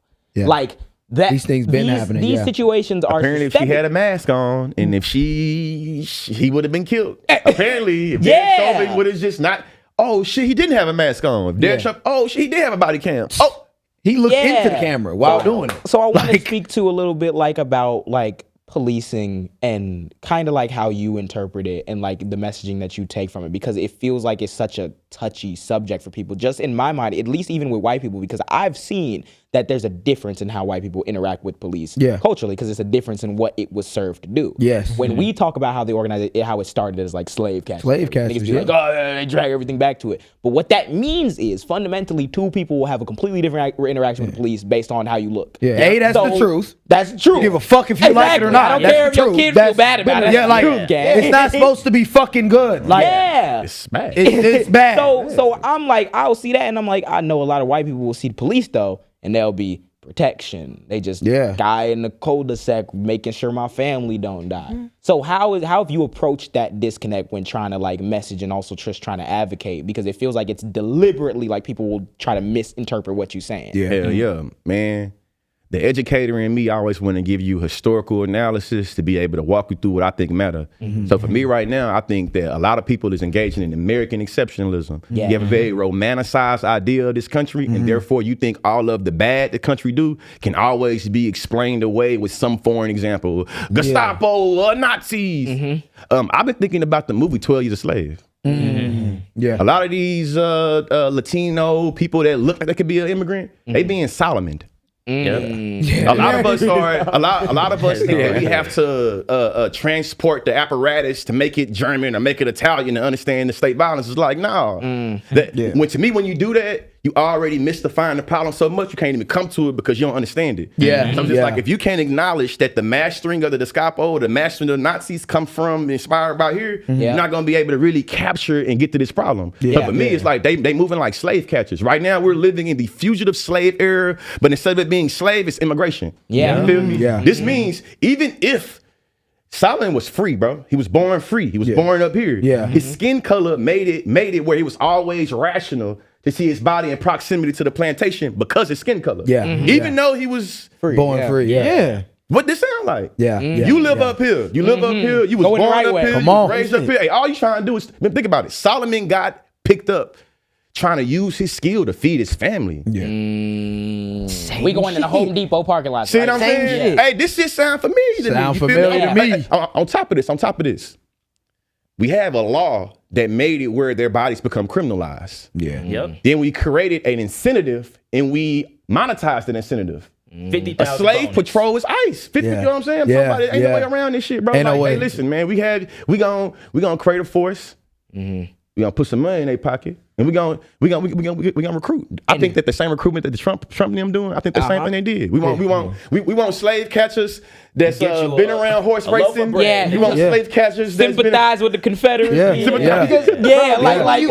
doing that same shit back in the day. And I think the thing that the other thing that hit home to me, it was when I had a white homie who was telling me about right now in Minneapolis how they have the group chat set up to monitor where the ICE agents going if we got to bring our kids outside or whatever. And I seen a video, a DoorDash driver running into somebody's house. ICE agents coming. man. Yo, you got to give us that. That's not the Underground gotta Railroad. give Bro, us come on. That's what that sound like, and that's bro. why they don't want to have that conversation. Because when you have that conversation, you got to realize when you're talking about violence, you got to see what is violence portrayed to, and which demographic of people. American violence. Gang. America's always been this violent. No, America's it's always been that What violent. you're saying though, that is to me the cathartic response. Is that now you're being forced to view America through a lens that you have been indoctrinated to view as not being that way. Yeah, the whole- Because I've been taught that every one of these instances that happen to you Negroes, that's a hip hop, that's a glitch in the system. That's not part of design. Or Right it's now, personal it's a glitch. responsibility. It's your fault. Yeah, that's why they don't want to talk about how Even bad George, they bring Yeah. up. They bring up with George. Oh, he was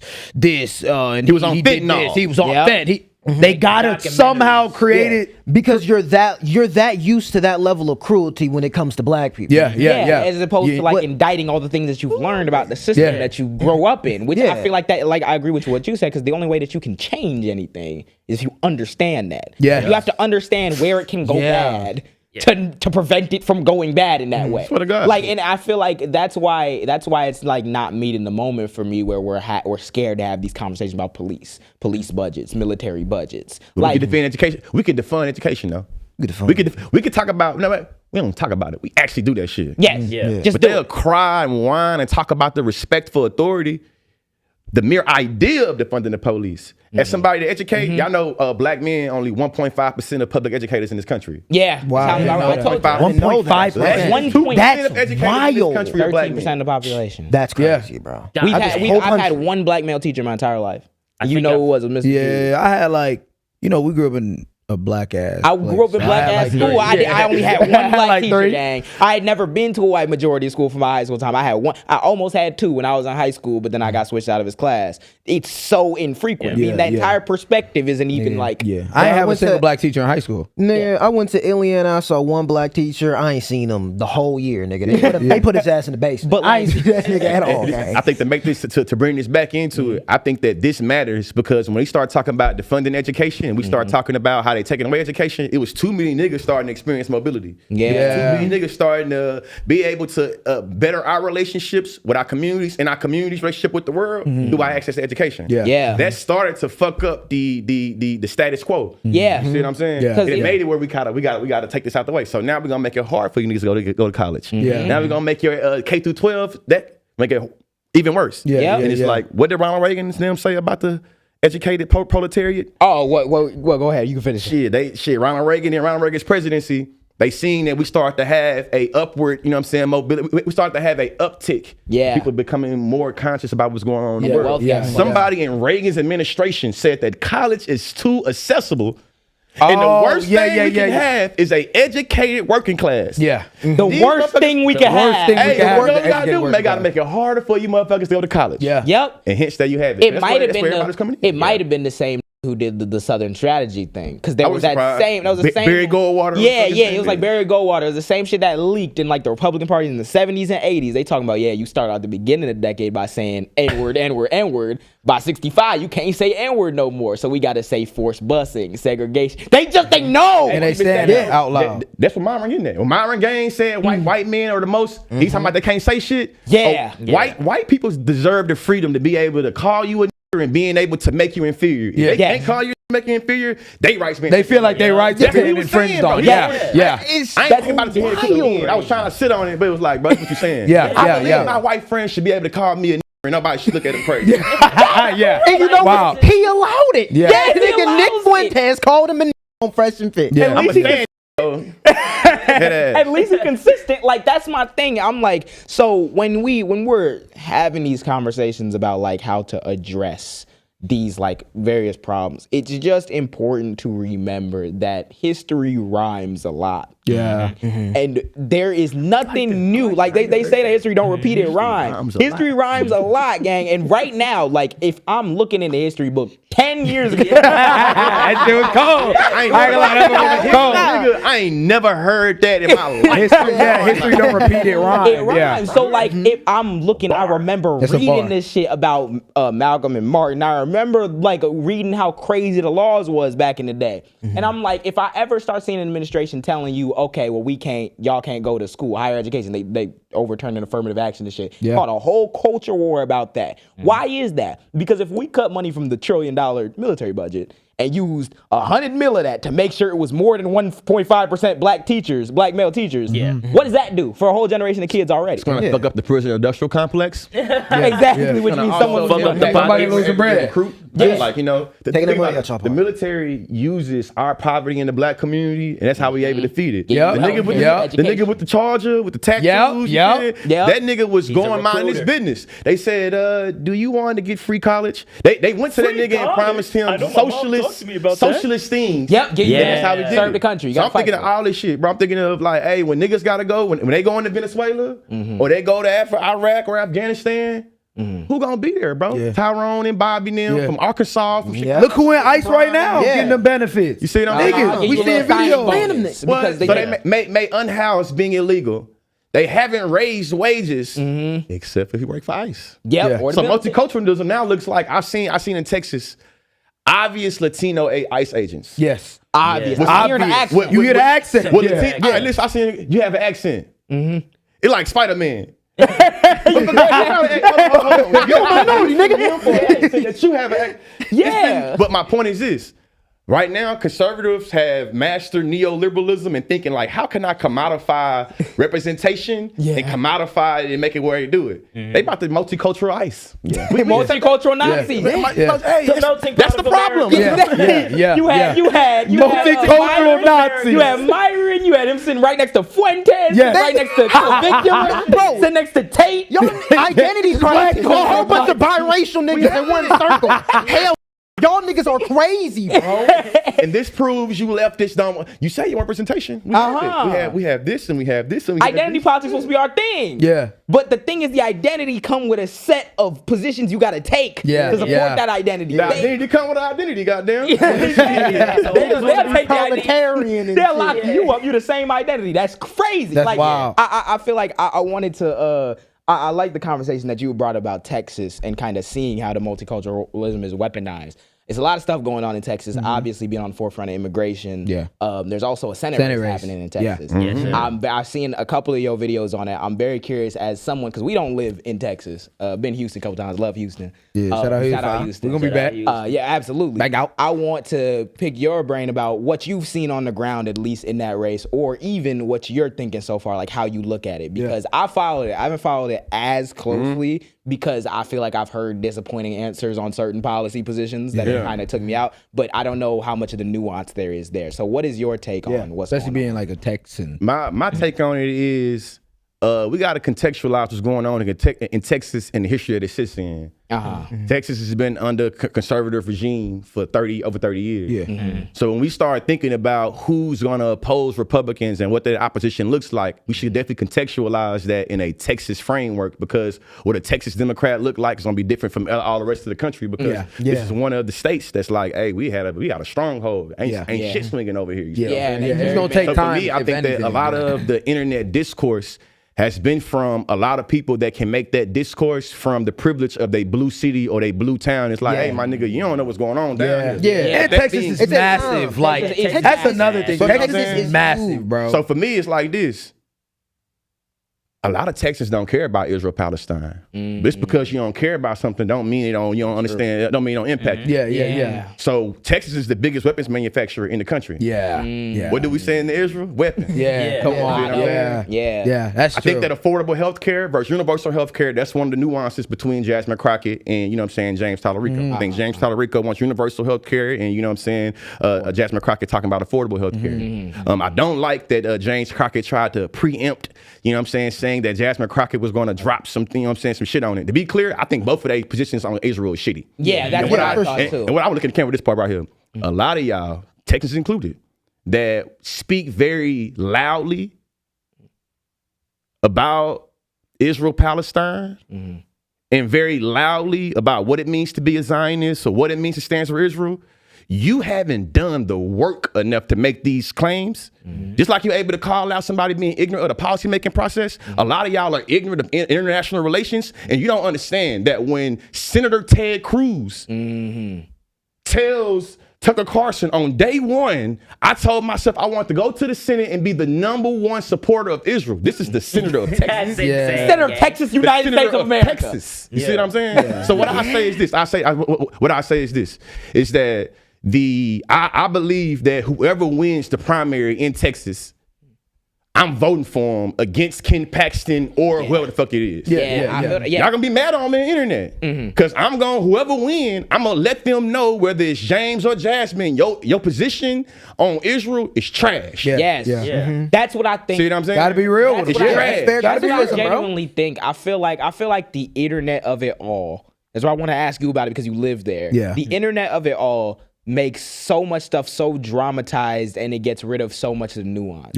I feel like it can both be true that both of them are disappointing when it comes to foreign policy and Israel-Palestine because that's what caused me to tune out from the race because I was like, I really wanted to see, all right, maybe we'll have a debate or like some footage and then let's see if we get starkly different answers. No, because there's things that they trying to do, placate, all right, cool.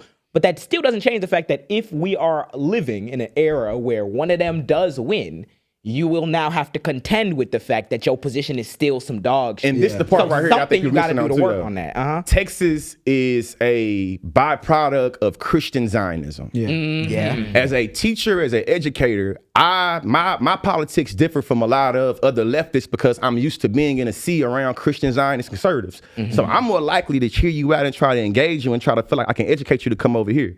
A lot of leftists on the internet is just like hey, do you do this? Fuck you in every instance. I don't have the ability to do that and build community in Texas. I say it to say this. A lot of the debate that happens on the ground is how palatable do you have to be in Texas to be a Democrat and win the state? And that's something that a lot of y'all ain't seeing throughout the country. In Texas, black women the too. Moderate, I would argue that in every other place probably the mythical moderate voter don't exist. Probably except for in Texas. You know what I'm saying? And I think that is the spot that I feel like as a black person, I give Jasmine Crockett the benefit of the doubt on, is that she from one of the more strongholds of the state, being from Dallas-Fort Worth, and understand that she ain't gonna be able to compete with them crackers unless she play that game with them. Now, this is where it has the conflict of interest. You feel me? At what point do you make a decision to say that this in terms of ethics and morals matter more with my constituents and this matters more in terms of morals and ethics with my donors with my, and I think that is the part that's coming with her specifically. I think that she would be a better leader for the senator than all the senators. I hate that James Talarico made the race a little dirty when he tried to come out and say she gonna do this. And now even being petty. I seen it. That them Israel militaristic strategy ways start coming up out of you. How the fuck you gonna preempt some negative? That's insane, bro. And then being real this, Jasmine Crockett team, I rock with y'all. We texting y'all, not individual with y'all, but see this.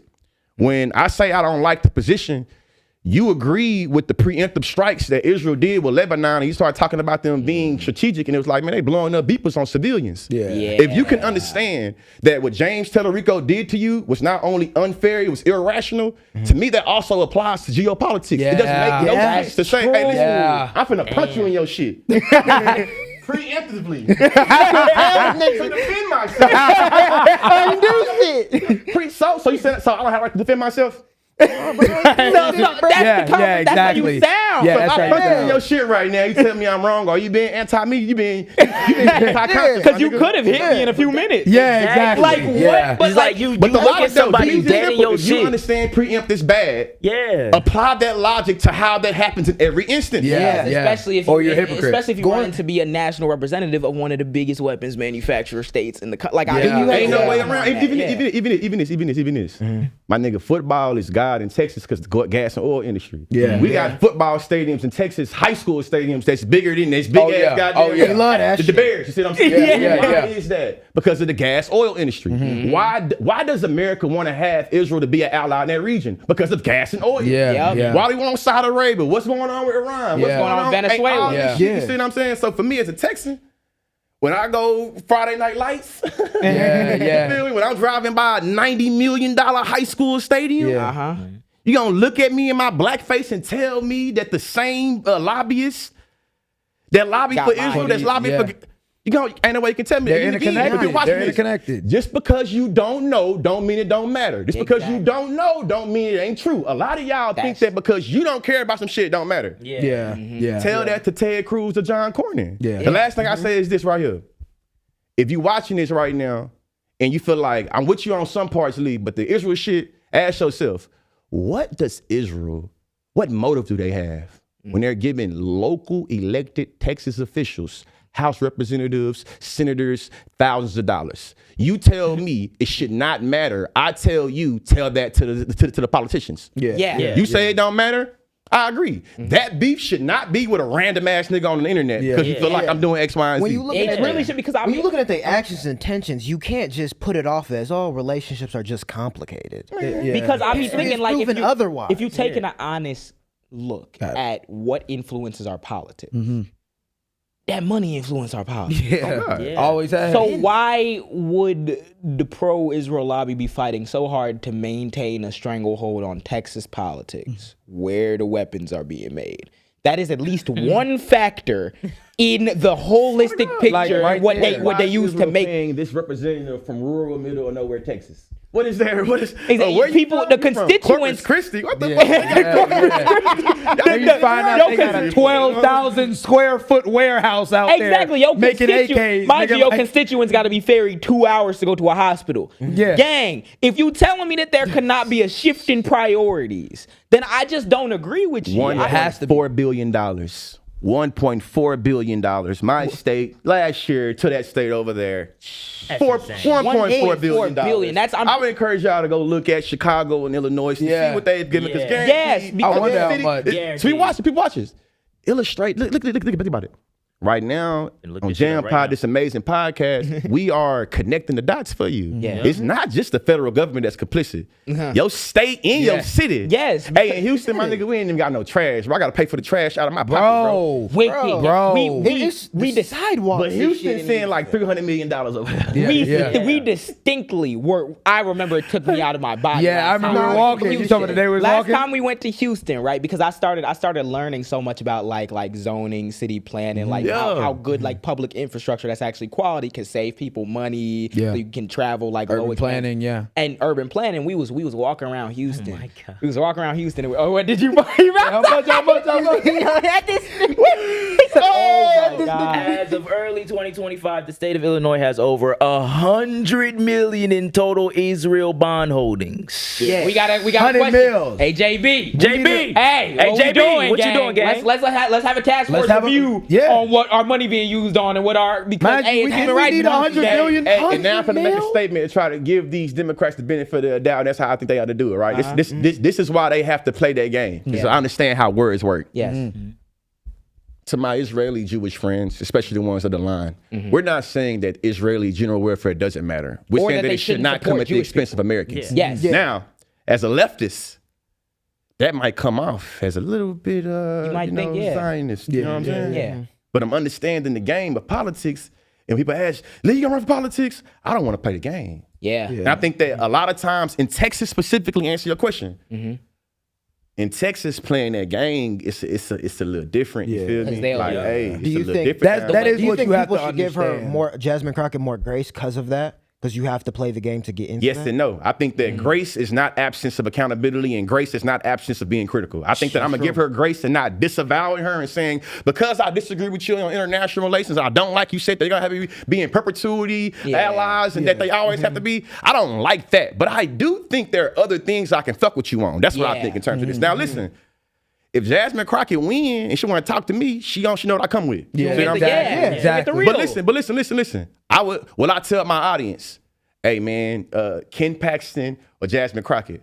Am I gonna say fuck Jasmine Crockett? Because Probably not. You tripping, gang. Hey, fuck Jasmine Crockett. I'd rather keep on living under the conservative regime. Yeah, Come like, on, Ken what? Paxton. Yeah. Whole time, listen, this right here. Ken been doing this shit for 30. The game and playing the game though. Yep. Who you think more likely to listen to us when it comes to weapons embargo? Ken Paxton or Jasmine Crockett? Exactly. Jasmine. Jasmine Crockett. This the part of time. to me. This the part that my fellow leftists to me just be like, God damn, peep game. You have to do that. Your beef is with how policy is curated to send them what? Weapons. And what way are you going to engage how policy curates sending weapons without engaging the policy making process? Yeah. Ain't no way to do that shit. And they will keep your black ass out that Yes, policy. so now- literally. Ken Paxton. Yes. Yeah, Ken Paxton If don't it's even Ken look at you when you're Paxton, making that Or decision. John Cornyn. Or John Cornyn. John Any one Cornyn, of the them. incumbent. You feel me? Yeah. It's how crazy it is too. This my beef with Democrats.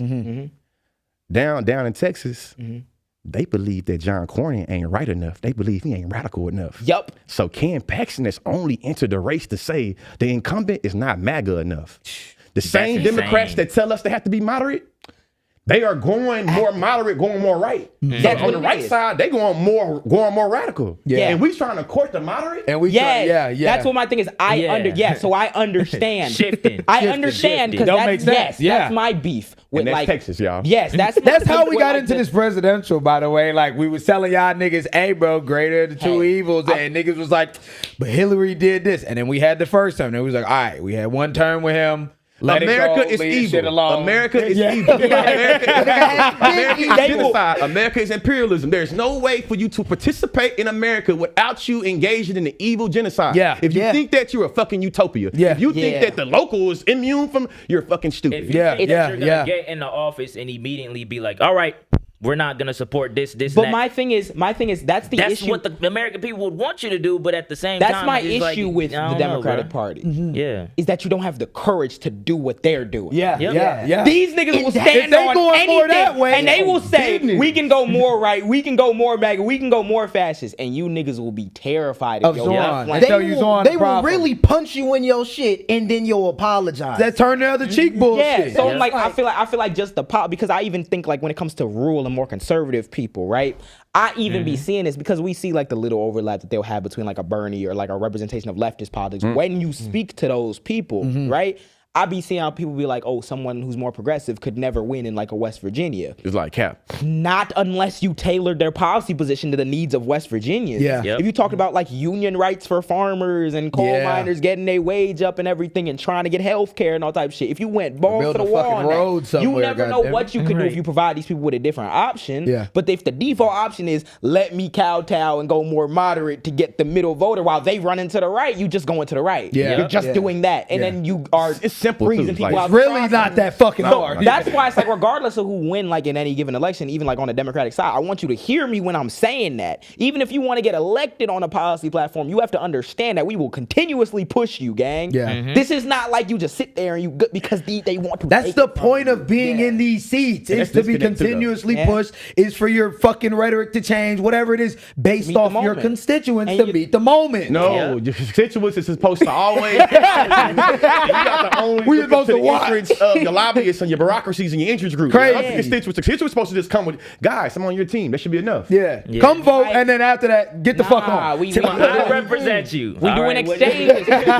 We doing exchanges. If you concede to oil and shit, you need to concede to us too. Yeah. Yeah. You gotta concede Yeah. to the people, Yeah. gang, because it's getting to that point where it's like, oh, Hey, it's this is the crazy. point I think me and you had a conversation about before too.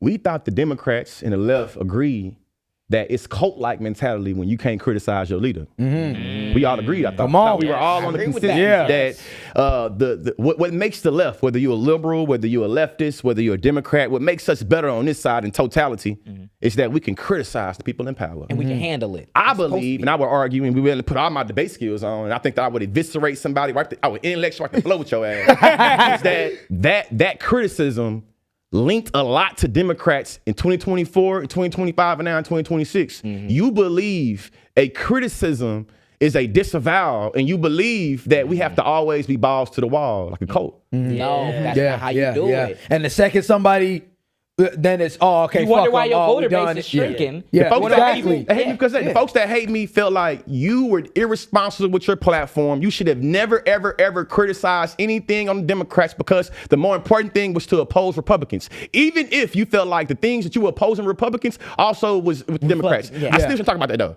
Yeah. That is not democracy. So I look at you, I think you're lying. You said you want to defend democracy. Yeah, that's not But honest. motherfucker, you want to chastise me when I was using my democratic tools. Yeah, You want to protect democracy. But you said you want to counsel me because I was protesting and petitioning. Yeah. So which one? Like that's you the want thing that the I caught on power. to. Yeah, I caught on to that as well because But you it's don't like, want like that accountability or that ability to make a decision like fully. Yeah. It feels like it's a sport. Like a team sport. It's a team where it's sport, like, all right, cool, you can't make our side look too bad because we gotta beat those people that are the obvious threat. But the thing that I always think on that will always keep my criticism alive for the Democratic Party is what do you do once you get in that room? Yeah. A Cowboys fan, man. As a retired, divorced, separated Cowboy fan. The Democrats act like Jerry Jones. They always find a Dak Prescott or a Tony Romo. They good during the season. Get you some ratings, throw some shit, might even get you a little winning record. Yeah. Playoffs. You know what time it is. Stephen A. Smith finna hop on that motherfucker laughing. Oh God. How about them Cowboys? How about them Cowboys? He started losing it. And if you asking, as a Texan, that's what I feel about the Democratic Party right now. Y'all the fucking Dallas Cowboys. Because my thing is, bro, like We're going to the Super Bowl. No, that's what I be asking. What do you do when you get to the Super Bowl? Yeah. Man? If you're not prepared with a positive vision that might be controversial or different, or maybe it hasn't been fully talked out in Democratic circles yet, then when you get there, you're gonna be sitting there paralyzed. Yeah. That's why you need to have the discourse and the disagreement and the criticism so you can be prepared to do what the fuck you need to do if you get the power. Yeah. When you're not in power, it's really easy to talk. Yeah. Not Exactly. having- not It's real goddamn easy. real Not easy to having talk, the conversation or even the criticism is the reason why we in this moment right Yeah. now. Because they don't know what the fuck to do. They talking about body cams. Yeah. I'm talking about Face masks and shit. Hey, the Texan out of me when I'm young is be like, you guys just sound like a bunch of ungrateful Negroes that are not taking advantage of responsibility for your liberties. And you should imagine if you were in another country. So instead of you talking shit about your country that's made you freedoms, do you enjoy wearing your shoes? Yeah. Do you enjoy taking shits next to white people? The next time you start talking shit about America, you should think about the way in which freedom ain't free and the way that your ancestors were allowed for you to be here. Don't shit on your ancestors when you start complaining about this. Don't you know these shoes? you see how They like came that, out so natural, my Yeah. nigga. That's how they Yeah. say it. Yeah, That's how they say it. As an That's how they argument really do to shut you up from imagining better from yourself. Yeah. Yeah. That's what I Being genuinely ungrateful. feel. Yeah. You being ungrateful. Yeah. Ungrateful You for don't what? realize this shoe is the best we You can ask do. Yeah. shit for too much too quickly. Yeah. Let me sell it for you for a And that be that 300% pride as an markup. American. To give could be you profit in to some it. You could be in the company tree. Like, damn, I only got, it's either fucking don't say nothing or you in a tree. I don't got no other option, gang. Like, Hey, or they had an archaic way. You could be in Africa and you could have flies flying around your mountain. Wait till you find out how that happened. and then you see like, Wait till you find out how that It was happened. due to lack of leadership. The blacks don't know how to lead themselves. You really good at this we shit. didn't just I believe in this nigga. Hey, this like when you act like the debater in me. You gotta like, know the opponents. I know not only this though, like this how you raised in Texas, bro. Really, I would say throughout like Texas, Louisiana, Mississippi, Alabama, Georgia, northern aggression and white sympathizing and always being able to disarm niggas being in resistance, that's baked into it. I think that I've heard it so much that I could add some of my intellect to it and debate y'all about why white supremacy is good. And I feel like I know it's bad. I'll be able to be persuasive. And that's what I feel like I that's said what it turns about off what turns off that conversation of people wanting like universal health care. That's why it's so demonized. Because It's like not realistic, bro. In capitalism, everything costs. why I don't deserve And the more way though? no, because you think something is free. You don't live in the real world. Yes, some people in capitalism, people die of heart attacks. You live in a we supposed to make-believe pay like world. 15 bands for that heart attack? Hey, the market sets the price. But what if the government? But what if I can't afford that though? But I think you guys are engaging in socialism because you think the government should be able to dictate but the socialism, business owner's price. But is socialism okay in the military, but not like for real? No, that's like military, like militarism. We have to make sure that we give resources to our labor, and I think that you're misdiagnosing the militaristic way that we are giving them with like your liberal. Don't you realize they gotta bomb them countries so we can have the access? That's why you gotta. Okay, but so you give them socialism in the military, but why when they come it's out? Not socialism in the military. In the military, we're giving them the way our founding fathers believed that our freedom fighters should be taken care of. Why can't that translate to the citizens of America? You niggas not freedom fighters. Y'all be real. You niggas not free. Something like this, the end, y'all just gotta run the one. Ain't built Y'all like just that, gotta box it out. Can I say this? Can I say this though? I want to say this, bro. That is, look. That is a master class. Like, real shit. This is a master class because, bro, especially someone like I'm speaking personally, bro. I remember arguing with people in my chat and shit like that on Twitch when I be streaming, because a lot of my fans are like from the South, Southerners. Yeah. And as a Northerner, bro, especially if you don't do the research, you don't hear these arguments. Obviously, I've been hearing them from this nigga. Right. Oh my If God. you don't do the research and you don't hear these arguments, you'll hear someone like you say these things and immediately will be like, but also they're necessary conversations that you need to have because that's a Southerner's perspective that we don't understand as Northerners. Hey, bro, But that's also a we might disagree Southern on the race thing. Yeah. We might disagree on the race thing. But can we agree the drag queens need to be around the kids? Like that. That's exactly what they do. Look Yeah, exactly. Think about it. I know I'm a KKK, you're a Black Panther, Yeah. or whatever, but can we agree? They don't need to indoctrinate the kids, though. That's how they do And it. think about why they do They that. strip the health care from the kids Yeah. and then have the These people are- without Don't worry about kids. that. Because it's Focus on the gay kids. Yeah. Their parents are abusing them and forcing them to be gay. Yeah. Oh, but what was that? What was his name? Roy Moore? Hey, JJ, I have a Attorney question. General Roy Moore? Do you think your parent could have convinced you to suck a dick? No. There's nothing that you could. No. Think about that. Republicans believe. That your parent can be like, I ain't gonna lie. Just think, you might gotta be dragged today, gang. You might gotta switch. My mom taught me that when I see a man's buttocks, that I should experience an erection. Did that happen? Did that, Bro, is that how y'all think this shit happened? And if y'all think we bullshit, y'all think it look like into that. it. Bro, niggas was reading books to children, and they was like, that's indoctrinating the child. Making them because gay. They had somebody drag reading a book. The book had nothing to do with being gay. The book had what was it again? It was like being comfortable in your sexuality. It was gender it was explaining gender expression to children. It was like, you might feel this way or that way, Kids, and that's hey, okay. Adam and Eve, not Adam and Steve. This is demonic. You know what I'm saying? Christianity really becomes the tool for solidarity. Yeah. And it makes it where even if you and I disagree on everything, there's a way that we can have an olive branch with some of our Christian doctrine. Think about it. This motherfucker been a straight heathen, goddamn, that monetized being a heathen. But like niggas do, when you want to be selective moral, you know how to thump that Bible. Yeah. What she doing? Thump the hoe. Bro, her entire fan base, Nicki Minaj's entire fan base growth was from the LGBTQ movement. She's been this way this entire time. Girl. And that Bible immediately. Now she calling Don Lemon a cocksucker on Twitter. Why? She been, yeah, man. Go Come on, man. Like, we ain't gonna get deep if we start going. She done made some amazing verses about being descriptive about sucking a dick.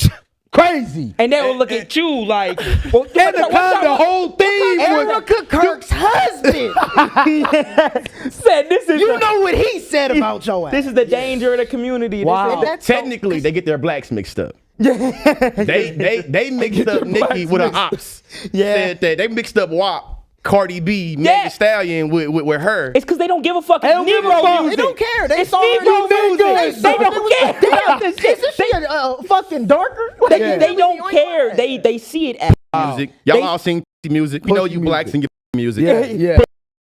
they sold you, that's the same reason they sold you slavery with that same Bible. They will find that commonality in who are we going to demonize next. And they will say it to you in such a convincing way if you are not privy to the history and to the response of it. Yeah. I'm seeing them talk about all types of shit, even with Nicki, which is funny. I wrote in here because I was reading I think it was something that you would like introduce yourself. He was talking about you have master from hip hop culture knowledge. Yeah. And I was like, well, that makes me want to talk about Nicki, Drake, Wayne, and the Young Money downfall. Yeah. Because the reason why, like, right, and I don't want to, oh my God. And I know some of y'all like these people, right? And but a downfall is a downfall. Downfall. It's not like we said it. If you hit subscribe on my Instagram, right now, there's still a video from in college where I did like a bracket amongst like rappers or whatever. And I think I picked Wayne like top. I picked him over like like all types of shit or whatever because I listened to a lot of Wayne. But like when people talk about like the black capitalism thing, right? And people like a lot of people don't like the criticism. They y'all criticize all these rich people, all these celebrities or whatever, because what we'll say is the black capitalism isn't gonna uplift it's not enough to uplift an entire demographic of people. Sure, you might have your good feel-good story, but one nigga went to the league, one nigga got famous on podcasts, one nigga made music or whatever. But that's not a sustainable thing if every single year we still talking about how much crime committed, everybody's still like we gotta fix it. Obviously shit not fixing, so we should unify. But the reason why I bring up the black capitalism thing is because it's so easily fed through like hip hop culture and through music to like idolize certain things, right?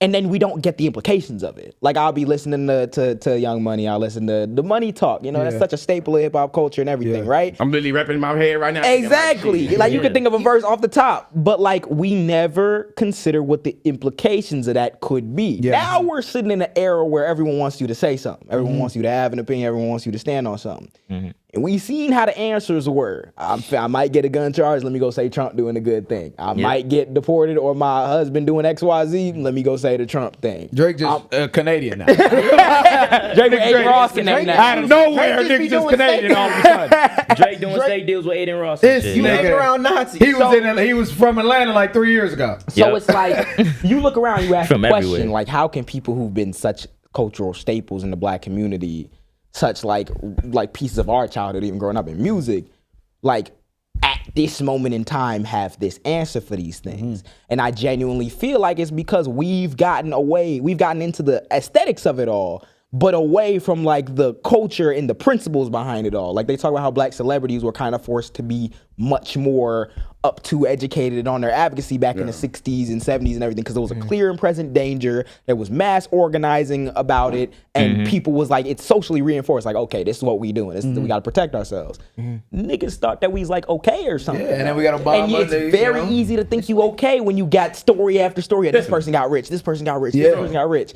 Lets you forget the systemic shit behind it. I want to kind of throw it to you on have you been paying attention to, because we briefly texted about Nicki and like the kind of phenomenon we're seeing right now, everyone getting caught off guard, everyone getting caught red-handed. What do I say? And then we go to the Trump side. I think Malcolm X, when he started criticizing that white people don't never crown they comedians and musicians as the leader. But I also think about like, if you have gotten in this position by shucking and jiving and entertaining, you're going to maintain your relationship to your identity by shucking and jiving and maintaining. When you was talking, I automatically thought of when God becomes your money. You feel me? Or your knowledge of self is substituted for your money. It's like thinking about it. Money over bitches. Money on my mind. Money on my mind. And I gotta go. I gotta go with money because I wasn't born with it. When your identity becomes money, you willing to do anything to sustain your identity. And then bang out, you get an IDF check. Money on. You feel me? It's like, for me, it's just like this. During Hurricane Katrina, that's when I became a real Wayne head. And I ain't become a real Wayne head until dedication, I guess. And it was like Georgia Bush. We from a town when everybody cried and everybody lied with Georgia. Bush, in my mind, this is political rap. He's taking the reality that niggas is living in New Orleans and he's put it on a track to capture. You see what I'm saying? And it's just like shit. Right. To me, I think that in hip hop, the same way as the black church, once we start ascribing towards, not salvation, prosperity, that shit dead. Your music ain't about uplifting no more, it's about prosperity. Money in my mind, money music. So now you're gonna be able to do what you gotta do to maintain your identity, which is prosperity, which is money. Everything else becomes secondary. That's the reason why he can say all this shit about George Bush when it's cool, and then at the height of Black Lives Matter, he say, I don't know Black Lives Matter. I matter. White lives. No, yay. That was yay. You know, he even say to me, say crazy. My life mattered to my hoes and my kids. Oh yeah, did you see? That's did you insane. see? Did you see the answer he get? Oh my gosh, I remember. This was when it first started. That's what Wayne said about Black Lives Matter. No, yeah. Look it up. Look it up. Hey. Don't take my word for it. I know, and you wanna know why I know he's not lying. Research. I know why he's not lying. Research over research because I seen the clip. You remember? Oh my gosh, it's "Let It All Work Out." The song "Let It All Work Out" on Carter 5. Yeah, last He song. tells a story about how he like tried to shoot himself or whatever, and he goes on to give this story. I think it was back in the day though. He was giving an interview with like a white person or something. They asked him about racism, and he was like, "Yeah, when I tried to shoot myself, whatever, it was a white cop that came in there and." It was Skip Bayless. Skip Bayless. It was Skip Bayless. Yeah. Smith was talking to Shannon Sharp, and Shannon took his glasses off. Yeah. He couldn't believe it. Like, what? Even that nigga, like, I'm like, because Shannon Sharp took his glasses off and really was like baffled. Yeah, because he says, like, because he's talking about like, when I don't really see color, I don't really see racism because when I tried to shoot myself, it was a white cop that came through and he saved me. Da da da. And the question they asked, though, the reason why he started talking about it is Skip is trying to ask him about being cross-cultural and about how do you feel when you look into your audience and you see all these white people. Do you think that it shows we're moving forward past racism? His response. His response was yes. My because the cop saved me. Not only this, I go back to 15 years ago. Man. So I'm like, I never knew the context of that clip. Yeah. Almost in the so I've seen the clip of him being like, the cop saved and this is the white reason why cop. Gilly the Kid and a lot of other rappers when it was back then would make fun of Wayne because it's like, hey, my nigga, you talk about being shot, you shot yourself.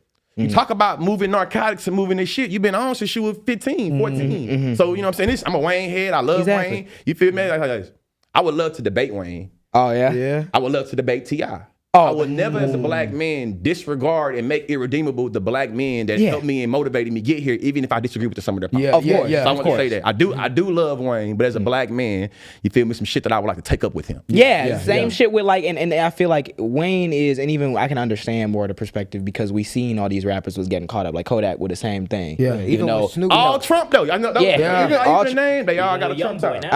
They all got I mean, in Trump top. 2016, Snoop Dogg made a video. He was like, "Which one of you coons is gonna perform from Trump?" And now, I mean, look And at it's Diamond a- and then you DC got chain. It sucks to see, man. They say money is the profit, money is the mission. I'm on a proposition. Wayne got a lot of shit around that money on that. What's crazy is, become enough. I watched the YoungBoy interview that just went viral the other day when he was like, whatever Trump doing. I was trying to like, how did you?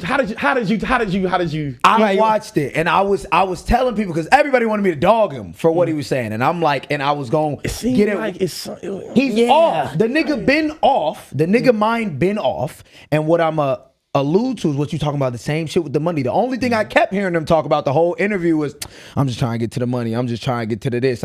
And all of a sudden now we talking about Trump. Now, whatever he doing. Because that is the mentality. Once you've now valued money over yourself, over your morals, over everything, that's all that fucking matters is getting the check.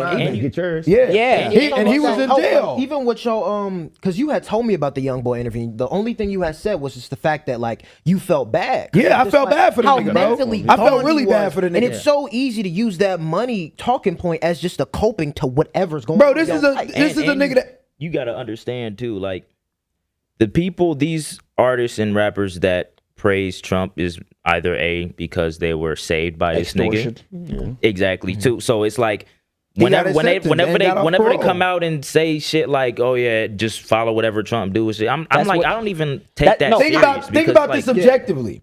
YoungBoy was in jail, then he got on parole, so he couldn't perform, he couldn't do no tours. Nope. That's his main money source. Yep. The second Trump allows him to be pardoned and get off parole so he can go tour again. In exchange for your money. Give me 2% of the black vote this time. See, that's the problem that I'll see is that like I understand it. That's the problem is that they don't mean it. Yep. I think Nicki probably like means it to a certain extent, right? Because you know, like you said, you hit that Christian cudgel, and you could go down. But even I get what you're saying. But what I'm saying is, bro, when the she was money is undocumented, her house is on lien. Yeah. Come on, One like of my mutuals, you feel me? And I feel like somebody I would never want to go back and forth with any gay black man or any trans woman because they're gonna reach your ass to filth. Seeing one of my mutuals, I can't think of bro name right now, said that Nicki Minaj gotta have some of the worst business around her because you've been on for 20 years and you didn't secure. that's wild. Yeah. That's wild. Yeah, it was like a 2-minute video. Especially if Drake a billionaire. What the fuck? I'm talking about this nigga went in so bad. I had to go click Nicki page and was reminded she out shit on. You go check like, damn, respond. Because that's what I be saying. That's what I be saying. I'll be like, I feel like to a certain level, if you're gonna go out there and make a clown of yourself publicly, you got to believe it to a certain extent, right? Yeah. But my thing is, when the money becomes this much of a focus, that means that you gonna do whatever for the money, your right? family. Like you said. So now we in a position where we have a literacy crisis in this country. Niggas already, black people in particular, are going to be behind a lot of 8 balls in this country just being born into it when it comes to education, attaining our own shit, right? Yeah. And now we've reached a point where we can, like, as people who should be understanding what Trump represents and what these forces represent in relation to black people, you have that barrier put up because the money is there. So like a fan can be like, yeah, I know they probably ain't really mean it by anything by it. They just, they just want to get their bread from XYZ. But you taking bread from the people who gonna be wrote about in the history as Nazis. Yeah. They gonna write down in the history book that this administration was like a pivotal point in the ascension of American Nazism. Yeah. So Regardless, you've made that choice. You got the money, you got the instant gratification. But the long term of that looks like what? Forever, brother. Yeah. You got that gold card. Let's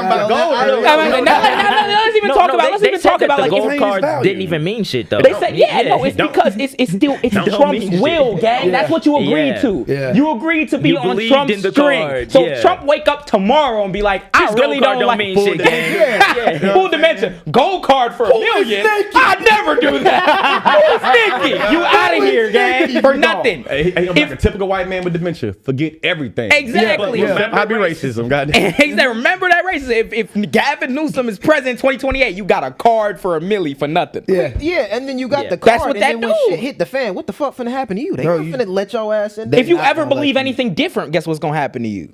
Feel like she just messed her legacy up so crazy. Yeah. No, Man. it's no coming back. Man, I feel like it's not ignorant. Like she not stupid to it. Like in the sense of like you believe some of it, but like your fan base. I know she going, and I know she knows she going the extra 9. Holding the hand and everything. They was probably like, yeah, we'll give you this deal. All you gotta do is just you Trump biggest fan. So she come out there, I'm Trump's biggest fan. I'm not a big Zodiac guy, but I'm a Sagittarius. Okay. And she's Sagittarius as well. And some people like to call us Sagittarius because we engage in emotions and feelings, and we can be some assholes. We can be vindictive in a way. We're trying to, and I think that's what Nicki doing. Yeah. I heard analysis too that was like because Cardi B and Meg Thee Stallion was courted by the Democrats. Nicki Minaj was like, fuck Democrats in every instance. Fuck them two bitches. Could have been. So She on some didn't like ego. that. Yeah. I'm going to them. Y'all chose y'all side. I'm going over here. But that's I don't know. so This is a theory. It's not my theory. I heard this. No. Ready for it? Yeah, I'm about to say we don't know if it's confirmed, but If that's the case, Makes you sense. just committed If that's- I mean, suicide. realistically, she don't like Cardi. She don't like Meg. She don't like already none was of the girl beefing. rappers. She don't like none of them. any- She's already every time beefing I all hear of this them. come a theory. I don't That's know. a good I don't theory. know. I ain't gonna lie. It's a game theory, but I'm saying like if that's the case, or even if we don't know the validity of it, but with that being said, like there's a lot of ego involved and wrapped up with all this shit. Yeah. Always has And been. that's why you have to look at it. And I hope we've been able to get this point across through the podcast. Like this is why you have to look at this shit as more than just a red-blue game. Yeah. Because the Democrats courted Cardi B and Meg Thee Stallion because they got fucking common sense, gang. If you have only a slightly leftward leaning position and you trying to win national politics in the America of money, They they act gonna like throw that. money on And everything. that's the shit though. Yeah. And I was gonna say Co-opted. co-opted because they act as if they don't know that. Yeah. But you'll do shit like put Megan on the stage. But then when we actually start talking about the issues, start talking about the things that really need to be like figured out in the Democratic Party, where the money's going, who's And making guess money off what? it, then it's No, but guess what? I think it's too much. Guess what? It's too much. That's true. if you were to come out and say like, oh, I as a person who's steeped in hip hop culture and I fuck with Meg and I fuck with all these rappers or whatever, and I hear what they talk about, and then the distance between what the Democrats will do, that's real. Yeah. It's that people like Nicki Minaj will see that and be like, that's why the answer is Republicans. Yeah. Yo! Conclusion, I did my research. I think they bad, so I'm going over there. Yeah. I left the Democratic plantation for a Republican master. And I left the Democratic plantation for the Republican worst plantation. The actual plantation. Sharecropping. At first you was sharecropping. And now you just on the plantation. Hey, being real though, I think this is the criticism for capitalism, America, and when I first got on TikTok, my beef with it. We can proliferate value in talking about, we can proliferate value into these things by celebrating hip hop. By celebrating the reality that niggas come from with music. Yes. But your bitch ass better not start making political analysis speaking to the reality. Make us dance, motherfucker. You saw what they said about Kendrick, the butterfly. You know, y'all wanna know how I got verified on TikTok? Yeah, how? By talking shit about TikTok to Forbes. Wow. That's how I got verified. I got verified on TikTok in 2020 I'm not gonna lie to you. by saying that TikTok is implicated in white supremacist suppression and talking about, at that time I'm a professor, so I'm really getting in my research back. I'm dropping a whole lecture, you see what I'm saying? Yeah. Suppress. I started making content about it. Shout out to Ashley Preston, you know what I'm saying? Ashley Preston. She reached out to me, my trans sister reached out to me, you feel me, and was like, hey, I see this thing happening, boom, boom, boom. My point in bringing it back to this though is that a lot of times Democrats and writ large capitalism would show us they love black cultural production, but they don't like the cultural black producers. Yeah. We can take that cool shit y'all can rap and you can sing on that. Think about it. You didn't go balls to wall, and it's funny saying that. You didn't go balls to wall though, trying to protect reproductive freedom. Yeah. You Come brought on. in These two black women up here celebrating the freedom of black reproduction, talking about they cat, and you didn't codify this when you had the chance. Yeah. And oh man. Come And on. now we acting as though it's just normal. Now it's just another political disagreement. Yeah. In half the country, you half a human. In this half the country, you a full human. And y'all just act as though that's a political disagreement of the day. Yeah. No, this is we need to go right back to having them rights codified because they will. This too. The Republicans say this: black culture fucked up, nigga culture, black Degenerate. culture bad, degenerate. This the reason why you got no father. This the reason why rap culture. And then they'll parade rap culture out first to show how multicultural and how cool America is. We'll export the culture to prove how America is great. At the same time, indicting the culture for being degenerate. Yeah. At the same time, demonizing DI. Yup. And Which is people like Josh. That's fucking real. Literally. It's just a million. One of them ones. Like, People like you and Josh are the reason why TikTok is in that like political space now where people are feel free to talk about it, because I vividly remember my first time getting on it in like 2020. It was just straight dances, and it's because I'm a savage. black people make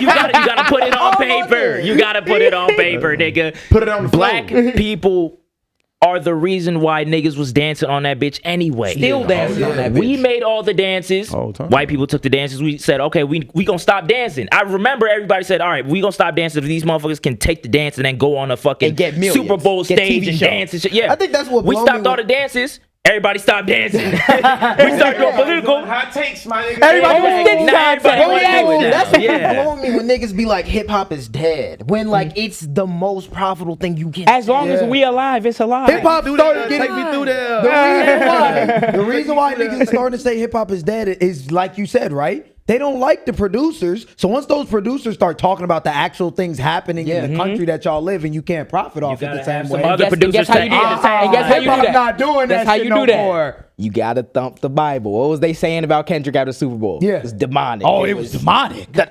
What? This nigga done built his whole catalog on talking that shit you don't want to hear about why we are the way we are. Yeah. And it's good for that. You put him on the Super Bowl, you don't even want to hear that messaging because it lets you. The reason, we the thing hate that the it makes you open your which is mind. crazy because when they kill us dead in the street for show. Like that was all Fox. They will be mimicking. They was doing the same shit. Meanwhile, but check it out. How it's worked with me is that I feel like a lot of my political ideology wouldn't have came without the music. Yeah. It wouldn't have came without the music because you get to hear these experiences of Different people who perspectives, look like you, who grew up in all types of different circumstances, and they relay in similar themes. Yeah. But when you think that it's just Negro music, you don't think it's a theme in it. Yeah. So you don't think it's intellectual. You don't need to. The argument that you made when you bust Candace Owens' ass about culture. Oh yeah, It reminded me of what T.I. would say to the people about rap. It's like, if you want to change the reality of rap, you got to change the reality that rap music comes from. It reminded me of how I thought you said it the most succinct. You was like, hold on now, Candace. Where does it come on? I was like, you better tell me where it comes from because you'll get blown the fuck out. Like, because hey, I was telling him on the way here. I was like, man, I'm like, where you going? I'm going to JAAM Pod. Woo woo. JJ Wills. I'm like, who's JJ? I'm like, nah, you remember him? He was like 16 and he had Candace Owens running to the point where she had to respond and her response was half baked. And he was like, oh, you know what I'm like? And I was like, he didn't know your name. That's so crazy. Because the conversation was about, because she was talking, it was a clip of Cardi B that she was using in the BLM protest. She was like, it's perversity pitched to us as diversity.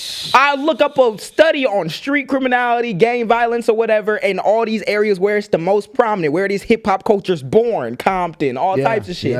And look at how much money these niggas making. Look at the trauma that's in the households. Look at all these experiences. Yes, that should be celebrated in our culture because it's a real experience. And if you don't want to hear them talk about it, then change the goddamn thing. If you tell them to shut up, it changed nothing. All they rap about is killing. Gang. It's just because all y'all where they live. All of the community crack, guns, took the fathers, took books. Like, what are you talking about? You de-incentivized Tribe Called Quest. You de-incentivized Q-Tip. You de-incentivized X-Clan. You de-incentivized What are people left and you with? made commercialized gangster rap. I've been through the archive and through the history of music so much where you can hear the pioneers of rap in the early 90s talking about how the radio incentivized particular rap songs over the other ones. So when you start indicting shit, it's thinking about, hey, who benefits the most from this slave? Who on the radio shows? How come you don't have that beef with them? To me, it'd be the same thing as this.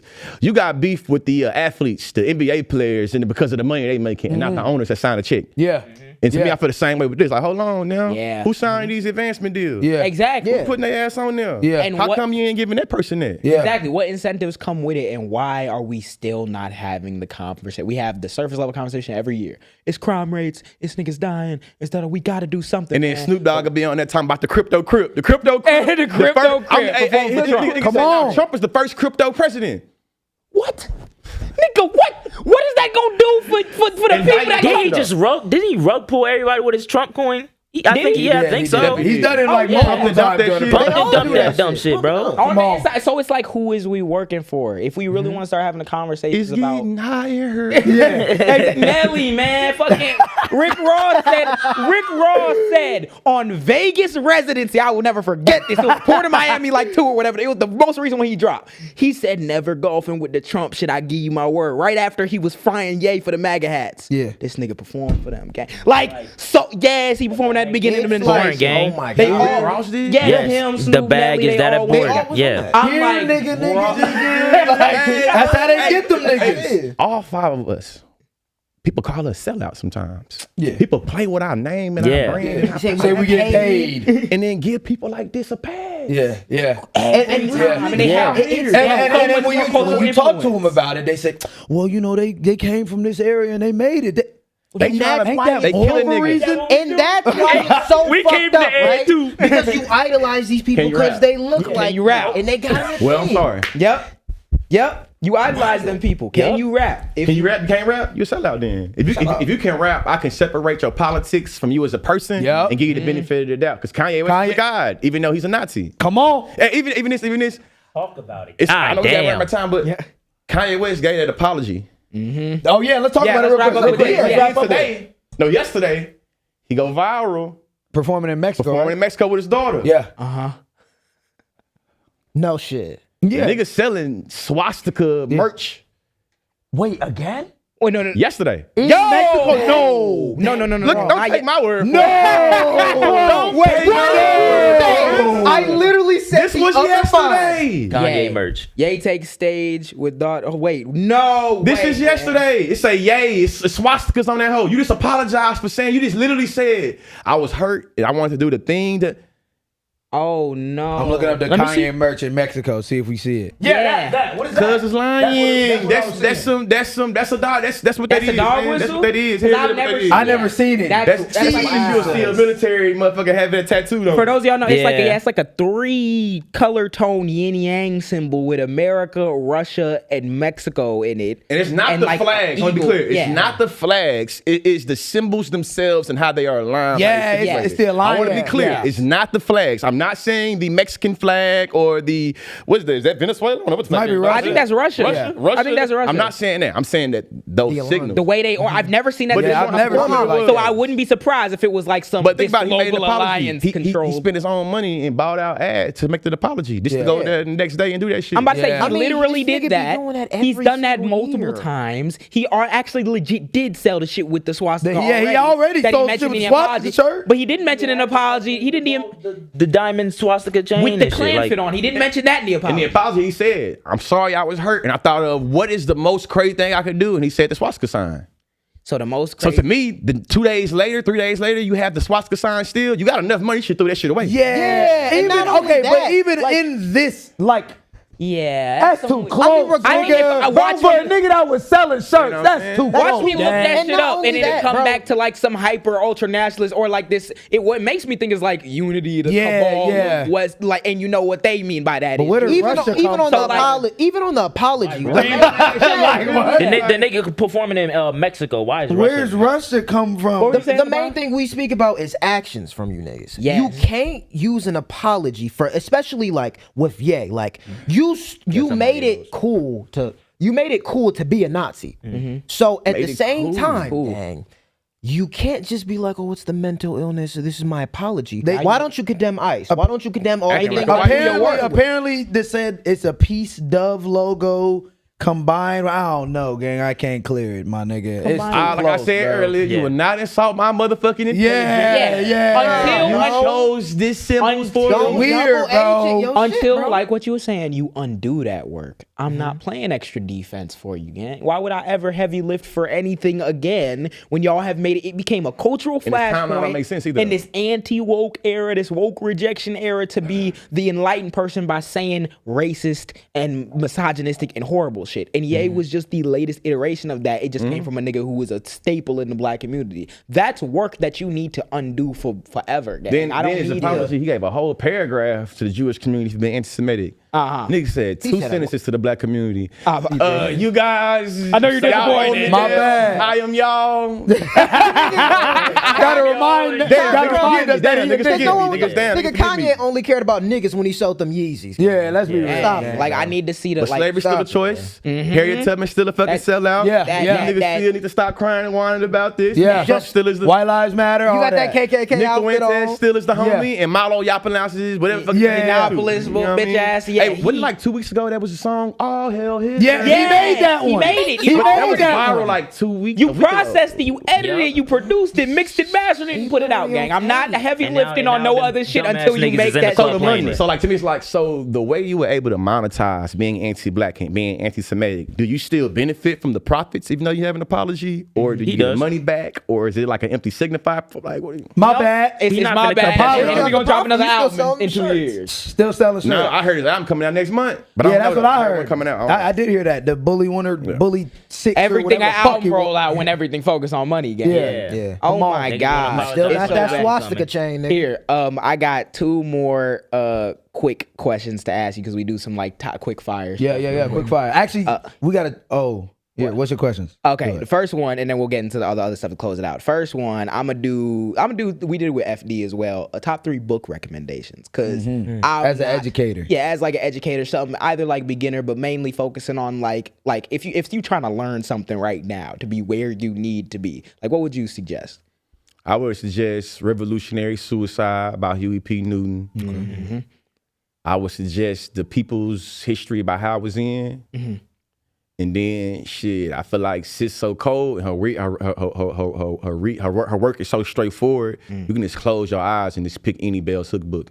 I think this right here giving you a nice contextualization of resistance, history, and philosophy that I think can come together for a holy trinity to make it where you can really understand the way the world is structured and the way you position in the world. That's what I think. Yes. Yeah. I'm gonna shout her out as well, just because I didn't read the full thing, but off the top of my head, it was one of the most significant things I learned. April Baker Bell, I think, is another author. She wrote a whole book about like a study where it was like talking about how school, like especially like white teachers and stuff, were interacting with language that black people were using and how like are treating AAVE, like how black people talk as like inferior or whatever, like projects negatively on the kids. Like black kids and what they thought about it, how they thought about themselves when the stereotype. It really helped me break down like what people mean when they say diversity, when they say DEI, when they say this is why you got to know shit about other people's cultural background because it gives you the tools to cultural understand. competency and shit. The honorable mention I would say is Dr. Derek Bell's Space Traders. This is one of, even though it's like fiction, it is a real like important piece in critical race theory. And it's how I understand the interest convergence theory. Right now we're experiencing with Alex Preddy and with Renee Good, we're experiencing the interest convergence theory where shit only move forward until it's the interest of white people until they impact it. So all of us been knowing what the fuck been going on. But now it's starting to hit white folks. What's that one called? Amazing. Derek Bell, Space Traders. It's literally like aliens come down to the world and they offer America, we will solve all your problems if you give us your black people. And Space Traders is about them having delegations and about how there were different conversations about what would be the benefits and the pros and cons to trade niggas away. We're gonna fix your renewable energy. If that actually happened, we're gonna fix your. It's from like the 90s, but it's like a very well written fiction that teaches you about a whole bunch. It taught me anyway about a whole bunch of shit about critical race theory. Damn. If that actually happened, gang, like you know what the U.S. would be like, y'all just came now. Y'all should have been came got this nigga off my hand. You know what I mean? But actually though, the reason why I like it though is because it taught me about the permanence of racism and about how black bodies are used and needed for the permanence of racism. So with this, it showed that it's gonna be some people that feel like we have to have the permanence of racism, therefore we have to have black bodies to have this. So fuck them aliens. I was gonna say, I'm not giving our niggas up. I was literally gonna say for sure. I'm like, I guarantee you, white people be like, no, we're not giving them. So that's the beauty of this writing. Is that it's showing you the different. It's showing you the political, social, economic implications of black suffering and how black suffering is negotiable within America. That it's really a part of the core. And sometimes people want to negotiate, does it have to be? And it's pretty much, it's about the permanence of racism and the convergence, interconvergence theory. Those are two things I got from that reading. And I think that, it's dope. People should know about it. No, that sound fire. That sound fire. I'm going to read that shit. Did you have anything in I was going to ask top 3 taco spots in Texas. I was going to say restaurants in Texas, but restaurants in like Texas. I'm sorry, Texans. Don't be mad at me. I hate Tex-Mex. Yeah. Word. Keep that shit. Keep that shit. Why? Keep that shit, man. Just not. Man, that shit, man, listen.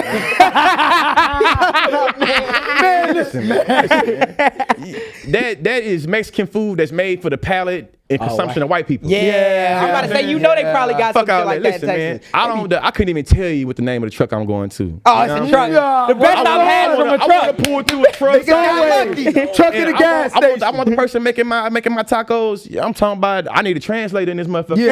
I need to be able to tell you pollo, and that's what I want. You know what I'm saying? There's soul in it. I'm trying to support Tia to send some money back home. You know what I'm saying? Yeah.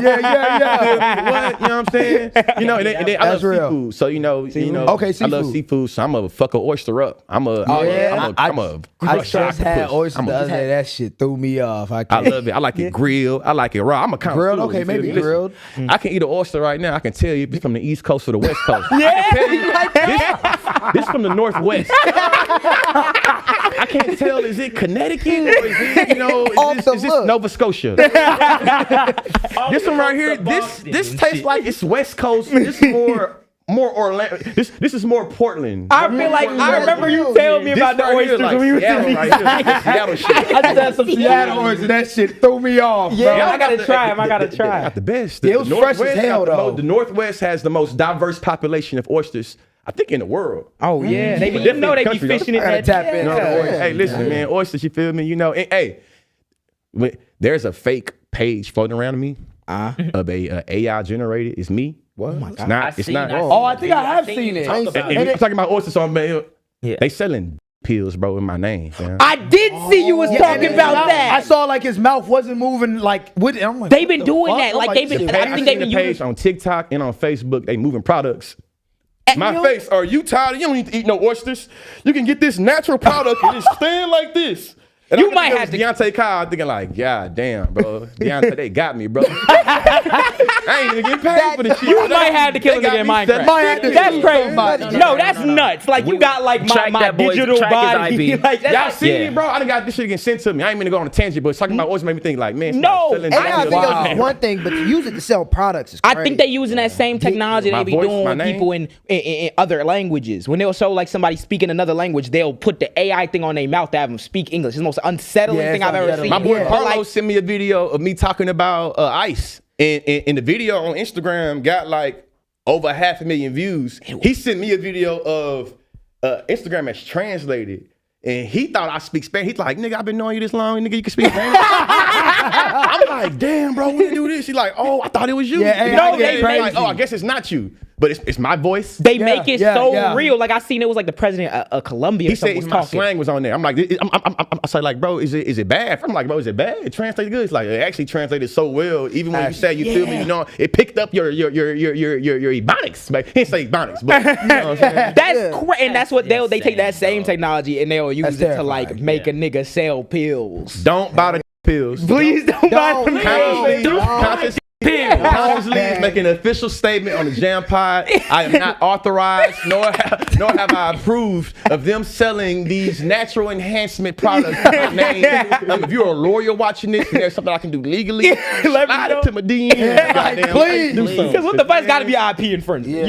That's my intellectual property, gang. What's going on? That's crazy. What's new? What's coming up? Promo. Thank you whatever for want. coming Yeah, on. bro. Let the people know where they can follow you. What's Yeah, coming up next everything. week? Yeah, Yeah, man. So the Consciously on all social media platforms. I'm currently nominated for NAACP Image Award. You can go to the right there. Clap it up, bro. You can go to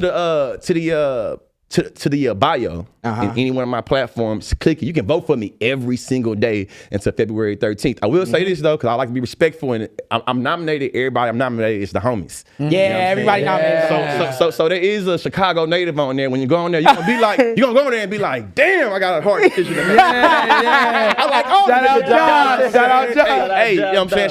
Shout out to bro. You know what I mean? Second thing is this. I'm excited that I'm rolling out my podcast / live stream called Research Over Me Search. I was